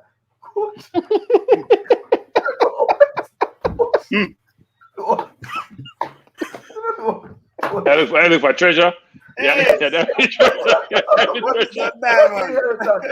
One next man said we could check Chief Curry to see if the maroon the money around the car. Name it the Jamaican and the Maroon national team. See the Maroon there. What's right now? If my light bill come to 50,000, I'm stressed out. And I wonder. Coach, we can't help them with the money. Coach, if you see a light bill, Coach, no man. On a serious note. Listen, all I'm hearing with all this whining and moaning, I gave you a perfectly legitimate opportunity. Everybody run me. Coach, I read Straight red, not even yellow, not even too yellow. Straight red. Listen, man. Big up the Reggae Boyz that play tomorrow. You understand? Anybody with Jamaican heritage, yes. Up on the stage if not play tomorrow. Put on a good show. Mikel Antonio running out. Like we see how you look, no brother. Excited to see Mikel Antonio. There are a couple other Jamaicans in the West Ham team. I wonder if we get to see any of them. Reese Williams didn't play today for Liverpool. I didn't think so. I'm not sure. I didn't see the game, but anybody can shed little light on that. Any of the cup over there. But the man will play tomorrow. Big up on yourself and stay injury free. Kevin Stewart wish you a speedy recovery. Because he didn't play again today. I don't want any of the players injured. That's my prayer. And obviously the man will put in some hard performance. Coach, tomorrow we can look little more in depth on the man. Them. When we are dealing, coach, when we are dealing with a program for the shine, I wonder if we can do it on a Sunday after the whole weekend of games, so we can really just dedicate that to just talking about the man them we apply them trade in and around. I saw a piece of taxi game today. Toronto FC was playing New England Revolution. Saw a piece of taxi, catch a little piece. Inside it go 1-0 down. But then I have a very little soft appetite for thing. I saw a JPL game. Less said about it, the better. Arnett Gardens. My God, coach. We have a coach. I don't know if we can dedicate a program to just talking about the JPL. Coach, we can't manage money in the time, but we can't lie to ourselves, dog. We can't. The girl, she overweight and she can't dress good, and her ear not do good. So the coach, what Jesus Christ? Hey man, you have to talk about the fluffy divas, them, you know. You can't cloud the age, you can beat me. People, remember, that's you have spot some people shaming, like them. Keter. That's spot shaming, Keter. I'm just saying that. Did you just say fluffy divas? Coach, no, coach, serious coach. Did you watch the Arnett Gardens game today? Arnett Gardens, Alex Thomas and my bridges. I don't know what the man am do. Coach, Jesus Christ. Cataract, you really. I'm gonna put my hand up in the air. I'm gonna confess very quickly. I've been doing my research on Jamaican football, and one of the areas that I need to develop in is watching highlights, or even highlights, because there are highlights on YouTube of JPL games. Cataract, you are putting me off, because you're putting me off actually clicking on. I know it's not it's not easy, but I want to try and tune in to watch. But your words they have the full games. They have the full games on YouTube, man. Just take a watch. But remember, I said to you, look for week 6, Portmore versus Harborview. I would like you to watch that, and we just come back. That was a random game that I chose between 2 of the top teams. Yes, including one Mr. Luca Levy, who was plucked from obscurity and placed on the national team. And just tell me the truth about what you saw when we come back next week. I'll try to watch it tomorrow. No, but coach, are we lying to ourselves? I would say the league needs to. I would just be short and succinct, because you're challenging doing so. I say the league needs to improve. How about that? No, like significant improvement is needed. But let me defend the league for just a minute. The league has improved. There's more social media presence. There's actually a YouTube channel now. Let's be fair. But that doesn't mean the league has improved. Wait. I'm not listening to the positive. I'm just listening to the positive. No, but Mark, that's not what Mark. That's what Mark. On the field is what we're talking about. Not about the league and structure. The field, the product on the field. On the field. I've seen on the field. I've seen players better now. I've seen people passing the ball. It is. I've seen players passing the ball on the field, literally making passes. Remember, the surface is different now. Yes, Cataract. I've been watching the league. I've seen it. It might not be perfect. They're getting used to the surface. Remember, see how bubble purpose used to play on, the ball bumps up in our ear and man passing balls, running, scoring goal. There's improvement. Coach, the forwards. I watch 2 sets of forwards. Even strong when I watch him, I've never scored that again. The forwards seem to have bought, like I think Boza's making a lot of money. They have bought Finishing by Boza, the 6-part series. Big coach, the other guy. Anyways, 18-yard box coach, and him and the keep at his mercy. But Cataract, to be fair, Mr. Aubameyang in a big Bundesliga makes open goal. Aubameyang in a Bundesliga? But Carmela, I wish he wasn't Bundesliga. You can't. Wish he wasn't Bundesliga. No, when he was Bundesliga. I know what you're saying. Yeah, look, any player can have a bad game or have a bad moment. But it's when when you have to look at a league and have to look for good moments, you have a problem.